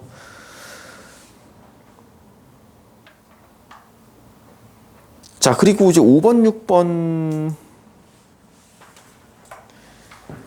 이런 거는 넘어갈게요. 요거는 이제 우리가 풀면은 그냥 등가속도 운동 문제거든요. 요거는 5번이나 6번은 그래프도 나와 있고요. 가속도겠지 저게. 그래프의 기울기가 뭐 추의 무게, 추의 수, 그다음에 매달린 추의 수 이런 거 가지고 계산하는 건데 5번 해보시고 6번도 해보시면 돼요. 6번은 같이 해볼까 지금? 자, 마찰이 없는 수평면에서 물체 A, B를 실로 연결한 다음에 B를 수평방으로 일정한 힘 F0로 잡아당기다가 같이 운동하다가 2초 때 끊어졌대, 실이. 그리고 나서 A, B의 속도를 시간에 따라 나타낸 것이다. A 질량은 2km다 라고 되어 있는데 이게 이렇게 되잖아. A, B를 같이 끌고 가죠. 근데 지금 A가 질량이 2kg거든. A가 B는 힘을 F0로 주고 있어요. 처음에 같이 끌려갈 때는 일체 운동하고 끌려가잖아. 가속도가 1이었대 처음에. 처음에 가속도가 1이었는데 나중에 보니까 가속도가 얼마로 바뀌니? 2초 동안 속도가 4까지 빨라지니까 가속도가 2죠. 2. 그래서 이렇게 구할 수 있죠. 그러니까 처음에 같이 끌고 갈 때는 F0라는 힘으로 A 플러스 B, A가 질량이 2니까 2 플러스 B라는 애를 가속도 1로 끌고 가고 있었어. F는 MA 쓴 거죠. F0라는 힘으로, 이게 외력이니까 한 덩어리 묶어줘가지고 A, B 질량 합이 지금 B를 M이라고 B라고 놨어요. 그냥 B를 질량을 B라고 놓는다면은 2 플러스 B라는 질량을 가속도 1로 끌고 가고 있는 거야. 이 상태에서 이게 끊어졌잖아, 실이. 그러면 F0는 그대로인데 B밖에 안 남았고 가속도가 2가 됐잖아, 지금. F0가 2B인 거죠, 2B. 됐지? F0가 2B면은 2B 집어넣어서 넘기면 B가 2가 되지. B 질량 2kg네요, 그냥. B 질량이 2kg라는 걸 확인하죠. F는 4N이 되는 거고. 그래서 기억면이 바로 해결이 되고, A와 B 사이의 거리가 4초일 때가 2초일 때보다 6m 더 크다. 4초일 때는 A는 등속도 운동하죠. 실이 끊어지는 순간부터 A는 외력이 없어졌으니까 등속도 운동을 하게 돼. 그럼 A는 몇 미터를 이동하냐면은 2초 동안 2m를 이동하죠. 그러니까 A는 4m를 이동하고요. 그와 동시에 B는 몇 미터 이동하냐면은 그 밑넓이 구하시면 되죠. 얘는 밑넓이가 8m 이동하네. 그러니까 B는 8m를 이동하네요.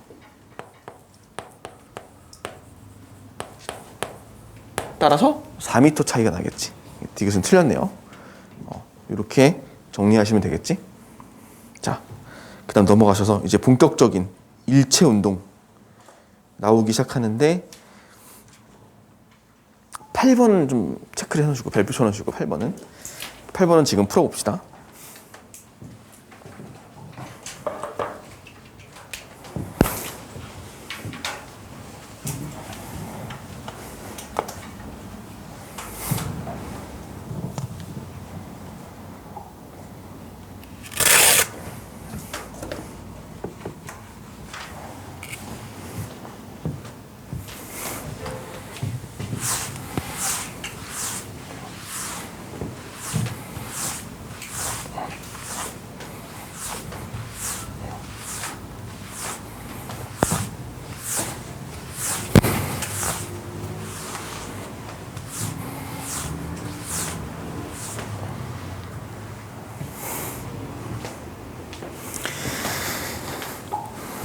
팔 8번을 왜 별표 치라고 하냐면은 이거 2014년도 수능 문제인데 애들이 꽤 많이 틀렸거든요. 이 문제를.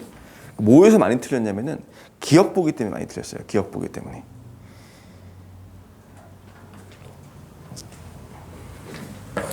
장력에 관련된 기본적인 내용을 좀 알고 계셔야 되는 거야. 얘가 질량이 m짜리 물체가 용수철 저울에 하나 연결돼서 이렇게 멈춰 있거든, 정지. 이렇게 놓여져 있잖아, 지금. 이런 식으로. 자, 이러면은 이게 저 용수철 저울의 눈금이 이제 거기 이제 기억 보기에는 EMG라고 돼 있는데 EMG가 안 되죠. 얘가 이걸 0이라고 생각하는 애들도 있어. 이쪽에서 얘가 mg만큼 당길 거고 이쪽에서 mg만큼 당길 거면은 장력이 mg 연결돼서 이렇게 mg가 오겠지. 그럼 얘를 이쪽으로 mg 당기고 이쪽으로 mg 당길 거 아니야. 그러면은 그래서 합쳐서 0이 된다라고 생각하는 친구들도 있는데 이거 안 되죠. 얘는 질량이 없기 때문에 힘이 걸릴 수 없어. 그래서 0은 안 되고 일단 그럼 EMG라고 생각을 보통 많이 했었어, 애들이.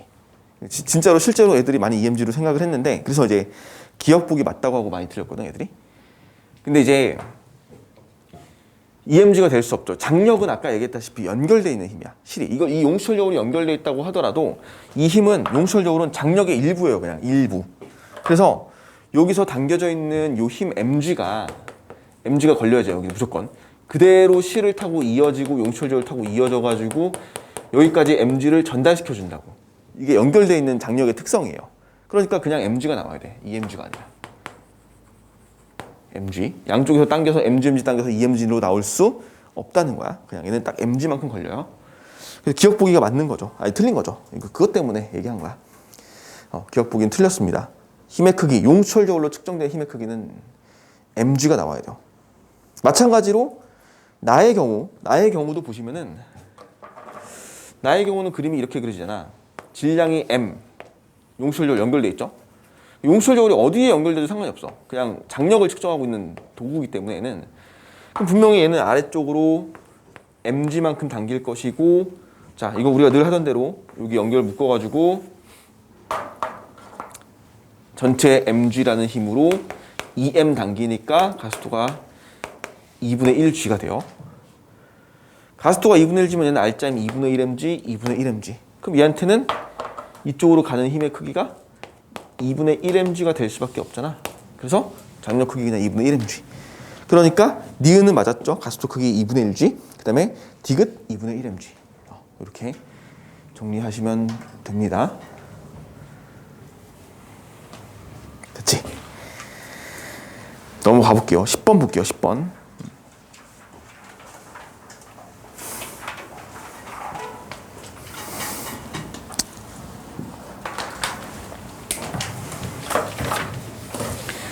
지금 요 파트의 문제들은 있잖아, 다 F는 MA, 그 운동 방정식만 체크를 잘 하시면 돼요.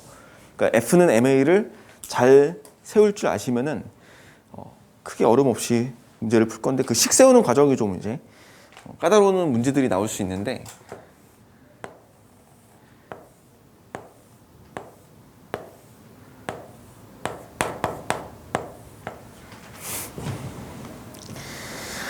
자, A랑 B. A는 질량이 얼마인지 몰라. B는 질량이 M이라고 돼 있어. 됐지? 이렇게 돼 있고, 그리고 F라는 힘을 당겼더니 정지해 있었대. 그러면은 아래쪽으로 분명히 A 질량을 그냥 A라고 놓을게요. AG라는 중력, A의 중력 성분이 들어갈 건데 얘가 F라는 힘 받아가지고 정지했으면 장력 무시하고 한 덩어리 묶어가지고 얘가 지금 R점이 0이란 말이야. 그럼 F의 크기랑 AG의 크기가 서로 같았겠다. 확인이 되죠.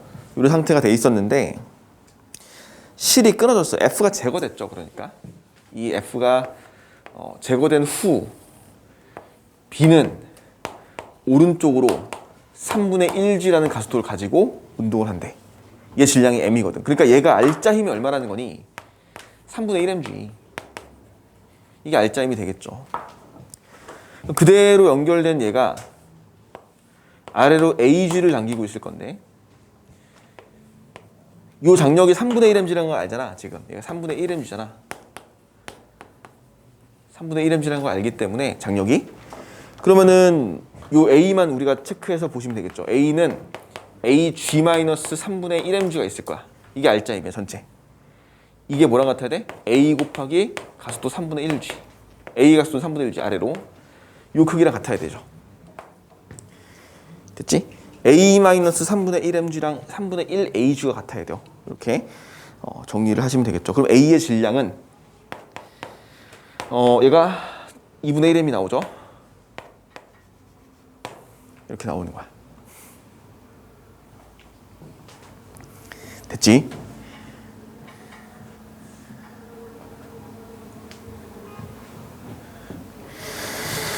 자, 기억보기 A의 질량 2m이다. 틀렸습니다. 가에서 F의 크기는 2분의 1mg다. 맞죠? A 질량이 2분의 1m이니까. 자, 실이 A를 당기는 힘의 크기는 가에서 나에서 같다. A 그 장력을 구하고 싶으면은 얘 장력 3분의 1mg 나와 있잖아 지금. 얘는 장력이 얼마니? 2분의 1mg네. 됐죠? 이렇게 놓으시면 되겠지. 자, 이게 다 수능에서 출제했던 모의고사에서 출제했던 문제들입니다. 가장 일반적인 운동 방정식 FMA를 쓰는 거예요. 자, 11번을 풀어볼게. 11번도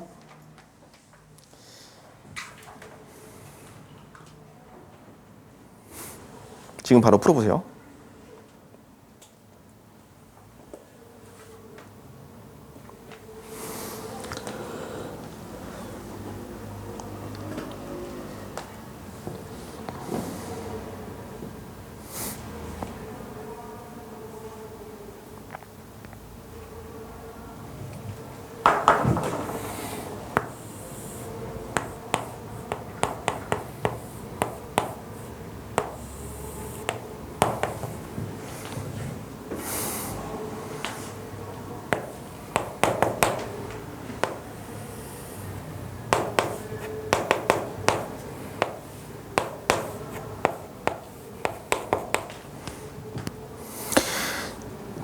질량은 C가 B의 3배이다.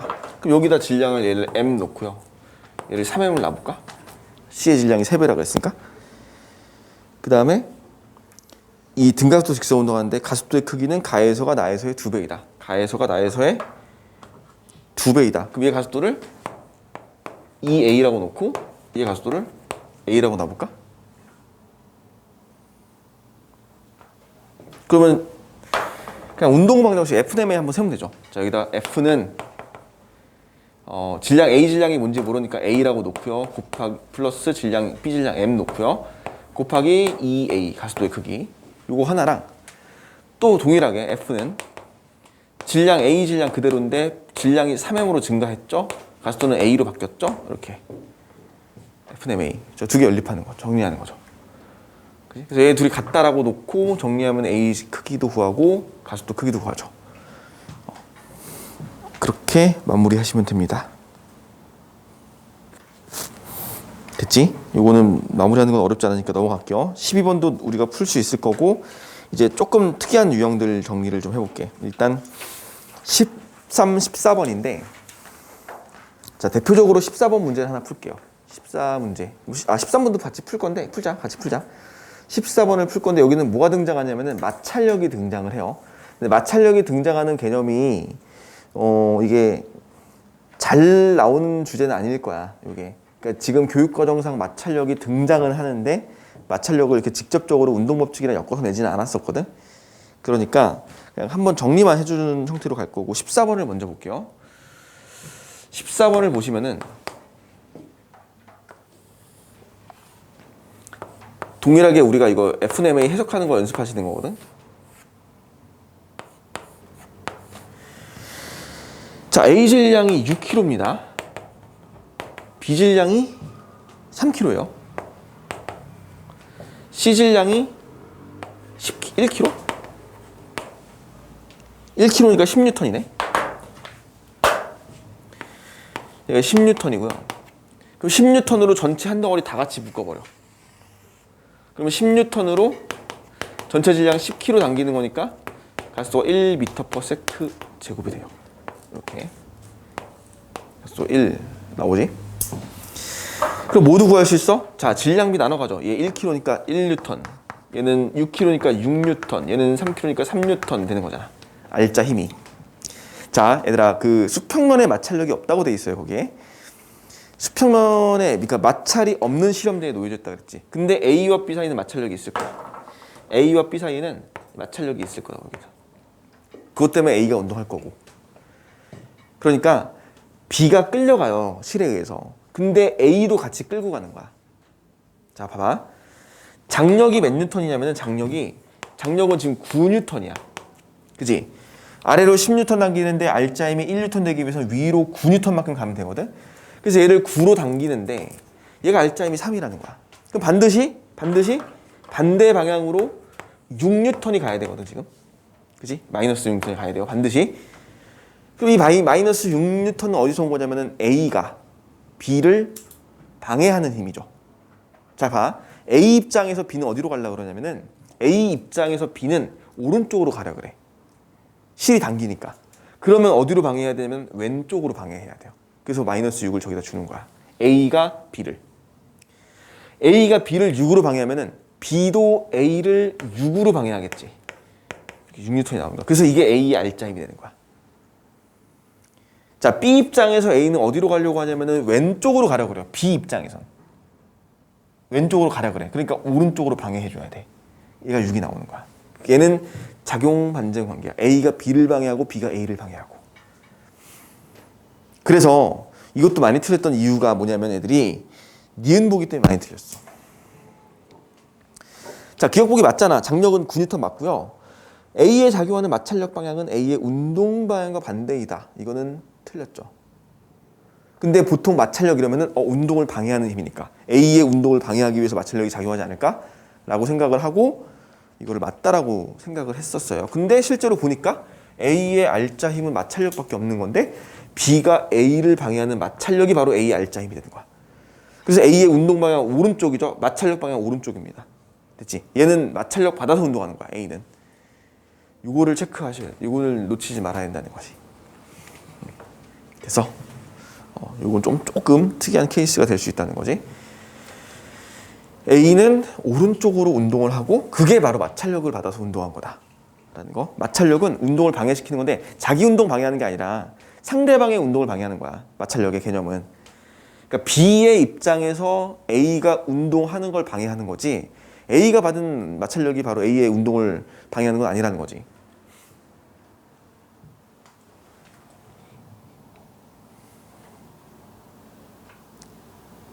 디귿은 맞았죠?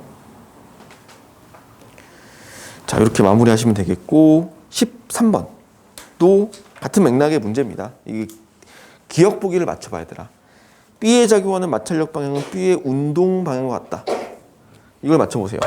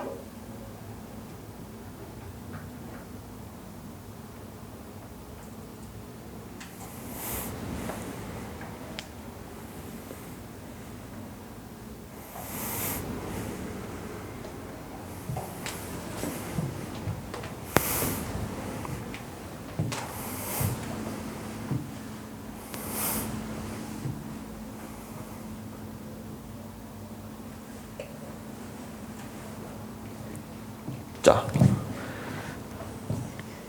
A한테 오른쪽으로 3F 주잖아. B한테는 오른쪽으로 F 주죠. C한테는 받은 힘이 실질적으로 없어요, 지금. 근데 얘가 한꺼번에 미끄러지지 않고 같이 운동한다 그랬어. 한 덩어리 묶어요. 한 덩어리 묶으면 전체 알짜임 2F지. 왼쪽으로죠. 뭐 왼쪽으로 마이너스 놓고 플러스 놓으면은 마이너스 알짜임. 이렇게 한 덩어리 묶어주는 거야. 됐지? 그러면은 이 EF가 A, B, C의 각각 질량비로 나눠갈 것이고요. A의 질량이 M, M, 2M이니까 얘 알짜임은 2분의 1F 마이너스겠죠? 얘도 마이너스 2분의 1F. 얘는 마이너스 F 이렇게 되겠지. 저 마이너스 2F를 나눠갈 거니까. 그러면은 똑같이 A에게 작용하는 알짜 힘이 2분의 1F인데 왼쪽으로 3F 받고 있어. 그럼 얘는 분명히 오른쪽으로 2분의 5F를 받아야 되고 이거는 C가 A를 방해하겠지. 자, C가 볼 때는요. A가 어디로 가려고 그러냐면 왼쪽으로 가려고 그래. C가 볼 땐. 그러면 C가 볼 때 왼쪽으로 가려고 하는 걸 방해하기 위해서 오른쪽으로 힘을 준 거야. 그래서 2분의 5F. C가 A를 방해하는 힘이 2분의 5면은 A도 C를 방해하는 힘이 2분의 5, 마이너스 2분의 5. 요만큼의 힘을 받을 거라고, C는. 그리고 마찬가지로 여기서 B도요. B도 오른쪽으로 F 받았는데 알짜인 마이너스 2분의 F. 그러면 얘는 마이너스 2분의 3F가 바로 마찰력이 되겠고 C가 B를 방해하겠죠. 그러면 C가 B를 방해한 게 2분의 3이면은 B도 C를 오른쪽으로 2분의 3F만큼 방해할 거야. 됐지? 자, 각각 A가 C를 방해하고 뭐 또 B가 C를 방해하는 거야. 그 크기가 2분의 5F랑 2분의 3F만큼 작용하게 되고요. 그러다 보니까 둘이 합치니까 얼마 나와? 알짜인 마이너스 F 딱 나오지.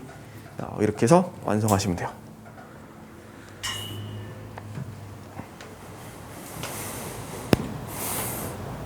넘어가서 16번 볼게요. 자, 정리해 놓으시면 됩니다. 자, 지금 내가 여태까지 풀었던 문제 다 동일한 방법으로 풀었어요. 그치? F는 MA 쓰는 거야. 질량 묶어놓고, 그러니까 개 묶어놓고 F는 MA를 각각 쓰면서 계속 정리한 거죠.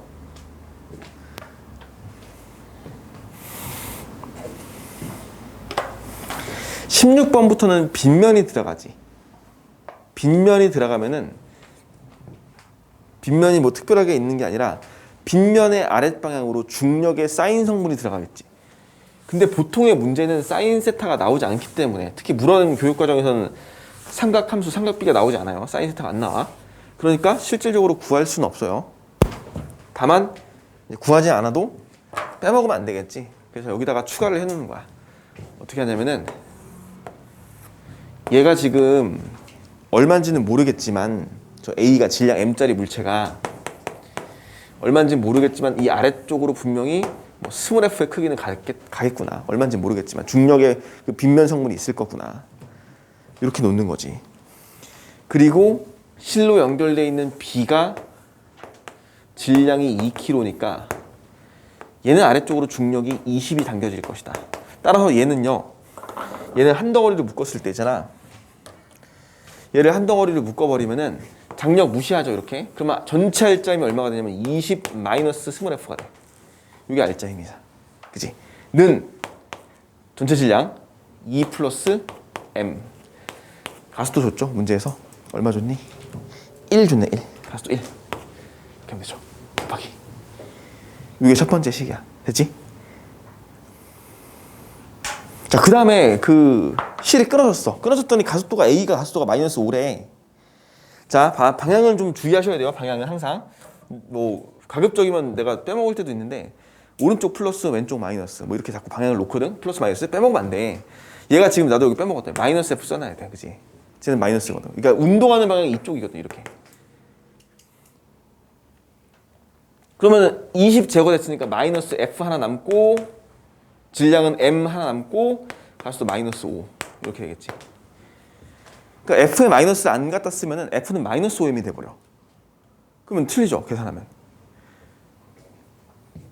답이 잘못 나올 수가 있단 말이야. 저거 계산하시면 F는 5M이니까 마무리하시면 되겠죠.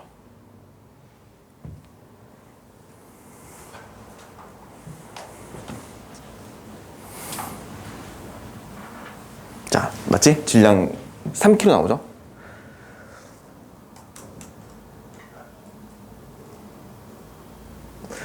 자, 이런 식으로 정리하시면 되겠고,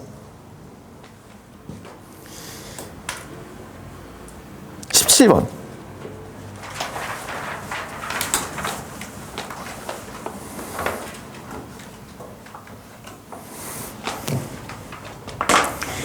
얘도 빗면. 근데 빗면인데 빗면이 나와도 뭐 사실 빗면으로 얼마가 갈지는 모르겠지만, 그지? 이쪽으로 뭐 F1 할게요. 이쪽으로 F2 할게. 얼마인지 모르니까. 저 빗면 방향의 힘의 성분을 구할 수 없어. 물론 뭐 문제 풀다 보면 구해지는 것도 있어요. 딱 이제 어떻게 하다 보니까 값이 나오는 게 있거든.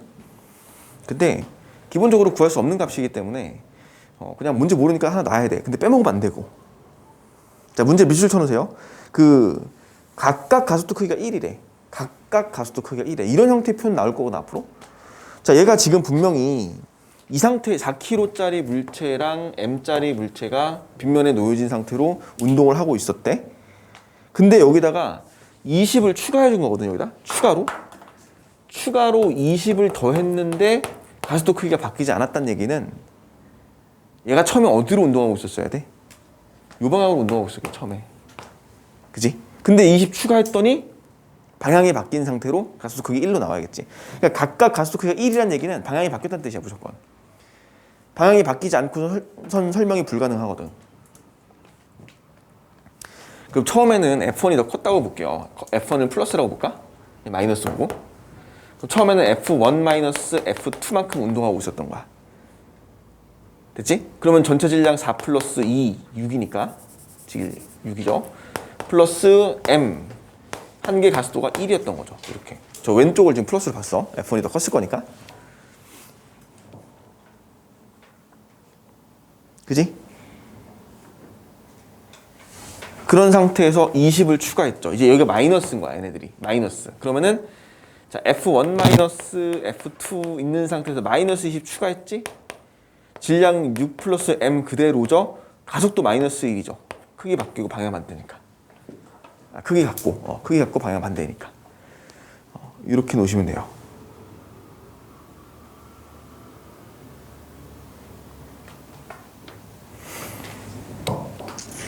되셨죠?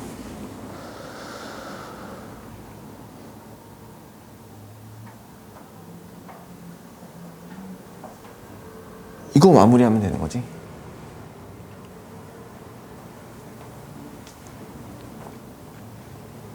마이너스 20 추가했더니 가속도 방향이 바뀌었다. 질량 그대로고요. 다 그대로고.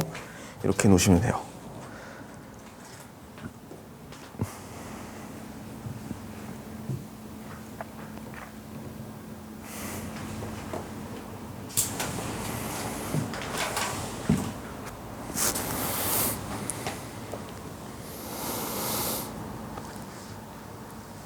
자, 얘들아 18번 한번 풀어볼까? 18번은 문제가 조금 어려워. 별표잖아 이것도. 18번은 문제가 조금 어렵고 푸는 형태가 조금 달라요. 힌트를 주자면 봐봐. 우리가 여태까지 이런 문제를 풀 때 보시면 얘도 안 펴놨는데 여기다 한 덩어리 묶어버렸지 다 그냥. 얘네들을 다 한 덩어리로 묶었던 이유가 뭐였어? 우리가 이런 물체의 운동률을 분석할 때. 한 덩어리로 묶으면서 각각 물체에 작용하는 힘들을 다 무시하기 위해서였죠. 얘 같은 경우는 이런 장력들을 무시하려고 한 거잖아 지금. 근데 얘는 문제가 18번은 문제가 장력을 줬단 말이야. 그럼 장력을 무시할 이유가 없죠. 얘는. 그러니까 얘는 걔를 묶을 필요가 있다 없다? 없다는 거야. 여태까지 문제는 한 덩어리로 취급해서 문제를 풀었는데 요 문제는 장력을 줬어 지금. 실이 B를 당기는 힘의 크기를 줬단 말이야. 그럼 굳이 묶어놓을 필요가 없다는 거죠. 그러니까 따로 놓고 봐도 상관이 없어. 그렇게 생각하고 한번 풀어봐봐. 18번을.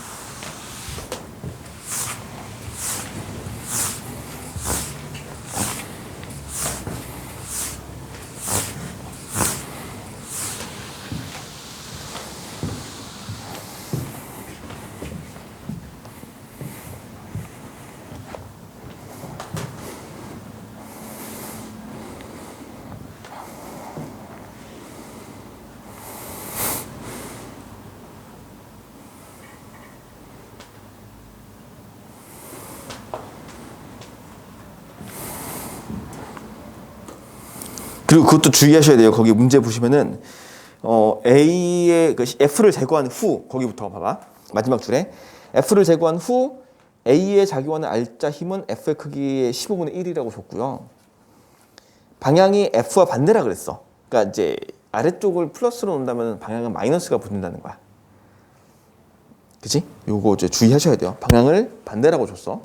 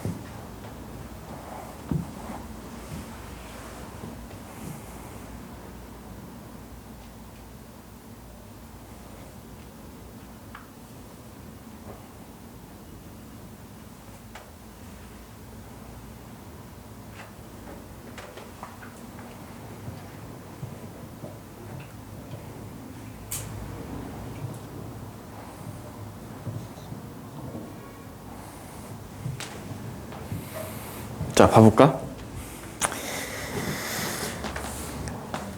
가속도 줬고요, 일단. 장력 줬어. 그러니까 이게 사실 B를 주면 우리가 보통 이거 B에 내려가는 성분 얼마가 있을 거니까 놓고, 묶어놓고, 풀고 하거든? 근데 이러기에는 이게 좀 잘 문제 구조를 보시면은 A만 딸랑 놓고 봐도 문제가 다 풀리죠, 요거는. 왜냐면 A 가속도 알고 있고, 그러니까 A 알점을 알 수 있는 거야. 그 다음에 장력도 알고 있으니까. 그래서 식을 어떻게 쓸 거냐면 이렇게 볼게. B를 아예 보지도 않고요. 한 덩어리로 묶어서 보는 게 아니라 장력을 줬기 때문에 처음부터 A의 R자임을 계산해 볼게. 처음에 A R자임 얼마니? 가속도 크기 2A라 그랬으니까 질량 M이죠, 얘는. 질량 M이니까 얘는 처음에 R자임이 2MA일 거야. A의 R자 힘은요. 전체 R자임이 아닌. 그리고 그 힘의 크기는 뭐랑 같았냐면은 A의 작용은 중력 mg 플러스 작용하고 있는 힘 F 마이너스 장력 3t 이거랑 같을 거라고. 그치? 이게 하나 나와요. 두 번째는 R자임이 얼마로 바뀌었어? MA로 바뀌었죠. 마이너스 MA로 바뀌었죠. 마이너스 MA. 가속도 A니까. 근데 크기 마이너스예요. F가 반대라 그랬어 지금. 그리고 남은 거 뭐야? mg 마이너스 t. 이거 하나 남았지. 그리고 얘는 뭐랑 같아야 돼? 마이너스 MA는 마이너스 15분의 1F랑 같아야겠죠. 이렇게 준 거잖아. 문제 조건이. A의 작용은 R자임 F의 크기는 15분의 1이고 방향은 F와 반대이다. 그러니까 F 방향이 플러스 방향이니까 얘는 마이너스를 붙여주는 게 맞죠? 이렇게 여기도 이렇게 풀면 돼요. 그지? 그러니까 식을 결국 뭐 이것도 세 개네. 결국 세 개긴 한데 요거 세 개 연립하는 거니까 정리하는 거니까. 근데 철저하게 뭐만 봤어? A만 봤어. A만 볼 수 있었던 이유는 뭐야? 장력을 내가 여기서 문제에서 줬기 때문에 굳이 한 덩어리 묶어서 B까지 끌고 가서 풀 이유가 없다는 거죠. 물론 그렇게 풀어도 상관이 없어. 되긴 돼요. 이거보다 더 복잡할 거야 근데. 됐지? 18번은 좀 중요한 문제니까 별표 쳐놓으시고요. 자, 넘어가셔서 이제 19번 쉬운 거거든? 얘들아 19번은 그 빗면이 하나 들어있는데 그거는 빗면의 크기를 구할 수 있어요. 지금 한 것처럼 풀어보시면은 19번은 풀어보시고요. 20번을 풀게요.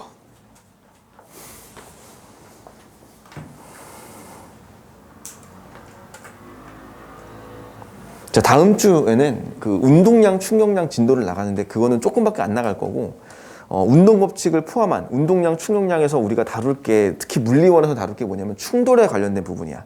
뭐 너네 예전에 배웠던 것처럼 뭐 접촉 시간을 길게 해서 충격량을 충격력을 감소시키고 이런 것들은 다 기본적으로 돼 있는 거고 충돌에 관련된 이야기, 그다음에 전반적인 그 문제풀이 좀 더 속도 가속도 포함해가지고 우리 특히 2번 교재에 나갔던 뒷부분 문제는 조금 어렵거든 난이도가. 그런 것들 같이 풀 거고요. 다음 주에는 3번 교재 꼭 갖고 오셔야 되고 3번 교재에 있는 문제들 풀 거니까 그렇게 생각하시면 될 것 같아요.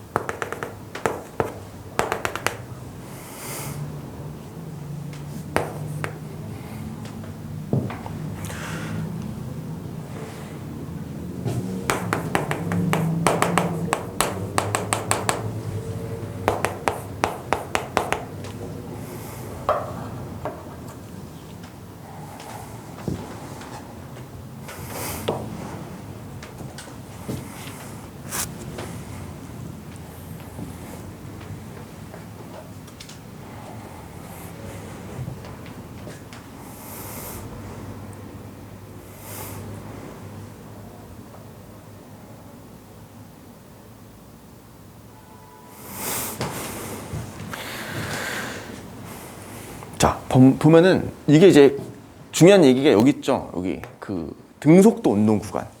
A의 속력이 등속도로 바뀌죠. 그러니까 C가 지면에 닿고 나서 A가 등속도 운동을 한다는 얘기거든요. 여기서 그 얘기는 A와 B의 질량이 서로 같다. 그러니까 C가 땅에 닿고 A, B가 등속도 운동한다. 둘밖에 안 남았는데. 그럼 A의 질량을 M 놓고 B의 질량을 M 놓을게요. 같은 질량이니까. 그치? 그래서 사실 식을 쭉 세워보면은 이렇게 세우는 거지 원래는. 얘가 처음에 A 쪽에다가 F를 가하고 있었잖아. 여기다 F를 가하고 있었죠. 그러니까 F 플러스 A 질량 A라고 놓을게요. 일단 AG 마이너스 BG 마이너스 CG가 0인 거잖아 지금. 그치? 처음에 멈춰 있었다 그랬으니까. 그러니까 결국에는 AG, BG가 같은 거잖아. 질량이 M 같으니까 얘는 지워지는 거고 F가 CG가 되죠. 그냥 F는 C의 무게랑 같을 것이야. 당연한 이야기죠. 이거는. 자, 두 번째, F를 제거하고 운동을 하지. 근데 운동하는데 초기 가속도가 지금 얼마냐면은 얘가 처음 가속도가 2예요. 가속도가. 그러면은 이제 AG, BG 무시하고 그냥 CG만 쓰면 되나? CG는 얘밖에 없죠. 얘밖에 없는데 가속도가 질량은 두 개 다 있잖아. M, EM 플러스 C 가속도 E 이렇게 놓으면 되겠지. 그치? 질량을 M이라고 보면 A, B 질량을 M이라고 놓으면은 EM 플러스 C 곱하기 E가 되는 거죠. 이건 10C가 되는 거고 10C. 10C. 그래서 10C, 2C, 8C죠. 8C가 4M이니까. 8C가 4M. C는 2분의 1M이 되는 거죠. 질량은 2분의 1M이구나 라고 정리가 돼요. 됐죠? 지금 그 F가 제거된 이후 물체가 같이 세 물체가 한꺼번에 같이 운동을 할 때 가속도가 2라는 거 알고 있어요. 그러니까 얘는 물체 운동은 이렇게 운동을 할 것이고 그러면은 요거 질량은 둘이 같은 거니까 AMG와 여기 MG는 어차피 다 캔슬되고 여기 CG 하나 남고 그걸로 이 세 물체가 같이 운동하니까 10C EM 플러스 C 전체 질량, 그 다음에 가속도 E 이렇게 FNMA를 놓고 C의 질량을 찾은 다음에 마무리가 뭐야? 우리가 장력을 물어봤죠. 1초일 때 P가 B를 당기는 힘의 크기, 요 P에 걸려있는 장력과 Q가 B를 당기는 힘의 크기, 요 Q에 걸려있는 장력을 물어봤는데, 장력을 구하는 방법 우리가 하던 대로 A는 아래쪽으로 M, 그러니까 10M 당기고 R자 힘은 2M이죠. 올라가는 가속도 2니까 위쪽으로 얼마 당겨야 되냐면 12M 당겨야 돼. 이게 P란 장력이요. P, 이게 P야. 장력 P. 그 다음에 B를 놓고 보시면 똑같이 B는 위로 12M 당기죠. 이게 그대로 이어져 있으니까 P가. 그리고 아래로 10M이 간다는 걸 빼먹으면 안 된다. 됐지? 얘 중력 10M 있어야 돼. 애들 이것도 많이 틀려요. 가속 R자이면 아래로 2M이거든. 그러면 장력이 얼마 나와야 돼? 위로 12M 당기고 아래로 10M 무게 있고 중력 있고, R자이면 아래로 2M 나오기 위해서 얘가 4M이 추가되면 되는 거잖아. 이게 장력이죠. 이게 Q야. 이렇게 돼요. 그러니까 이것도 마찬가지로 애들이 여기까지 다 구해서 넘어오다가 12M 당기고 아래로 14M 당긴다고 하고 틀려버려. 중력 빼먹고. 중력 빼먹으면 안 되죠. 장력은 12대 4. 3대 1이 돼요. P가 12M, Q가 3M으로 디귿이 지금 크다, 맞지? P가 B를 당기는 힘의 크기는 Q가 B를 당기는 힘의 크기보다 크다. 그죠? 크죠? 이렇게 마무리하시면 됩니다. 자, 여기까지 풀고 뒤에 문제는 숙제로 풀어와 보세요. 다음 시간에 22번 정도 풀면 될 것 같은데, 자, 그래서 이제 정리는 얘들아, 운동 법칙, 운동 방정식이죠. 여기 파트는 가장 중요한 게 요거야. 일체 운동. 지금 우리가 계속 뭐 1시간 넘게 문제를 일체 운동 관련된 문제를 풀었고, 실제로 수능에 기출된 문제들은 다 이런 형태예요. 다 그냥 아까 처음 봤던 정지한 형태 또는 이렇게 운동하는 형태, FNMA 세우는 거. 요게 기본적인 거고, 이거를 정리를 좀 다 해보시고, 마찬가지로 숙제들도 다 그런 식으로 구성되어 있으니까 문제들이 대부분 자, 잘 정리하시고, 이게 이제 우리가 앞서 배웠던 속도와 가속도, 그 다음에 운동 방정식, 이 두 개가 같이 적용돼요. 같이 한꺼번에 같이 나올 거거든, 문제가. 그러니까 여기 따로 정리해 놓으시고, 다음 시간에는 운동량, 충격량 정리하면서 문제풀이 좀 더 마무리할 거니까 그렇게 해오시고, 숙제는 우리가 어디까지니? 숙제는 교재로 봤을 때 이제 34페이지까지 숙제고요. 그리고 뒤에도 숙제가 몇 페이지까지냐면은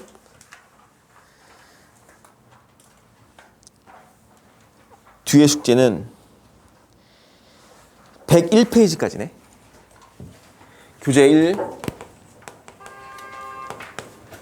34페이지까지, 그 다음 파트 2는 101페이지까지 이렇게 두 개가 숙제고요. 교재 02번은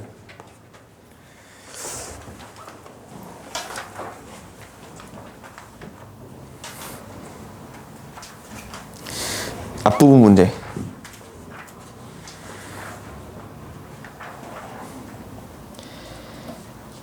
29페이지까지.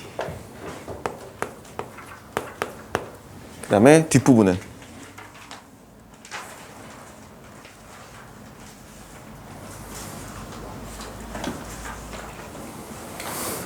94페이지까지. 이렇게가 숙제입니다. 자, 숙제가 오늘 좀 미흡했던 친구들은 이번 주에는 꼭 다 정리해서 오셔야 되고요. 꼭 다 해오셔야 되고, 그리고 다음 주에는 교재 3번도 가지고 오시고, 3번은 아직까지 숙제는 주지 않을 텐데 이제 가지고는 오셔야 돼요. 그렇게 하고 4번은 아직 조금 더 걸려야 할 것 같아요. 4번은 다음 주에 나올 거니까 다 그렇게 알고 계시면 될 것 같아요. 자, 오늘은 여기까지 할게요. 수고하셨습니다.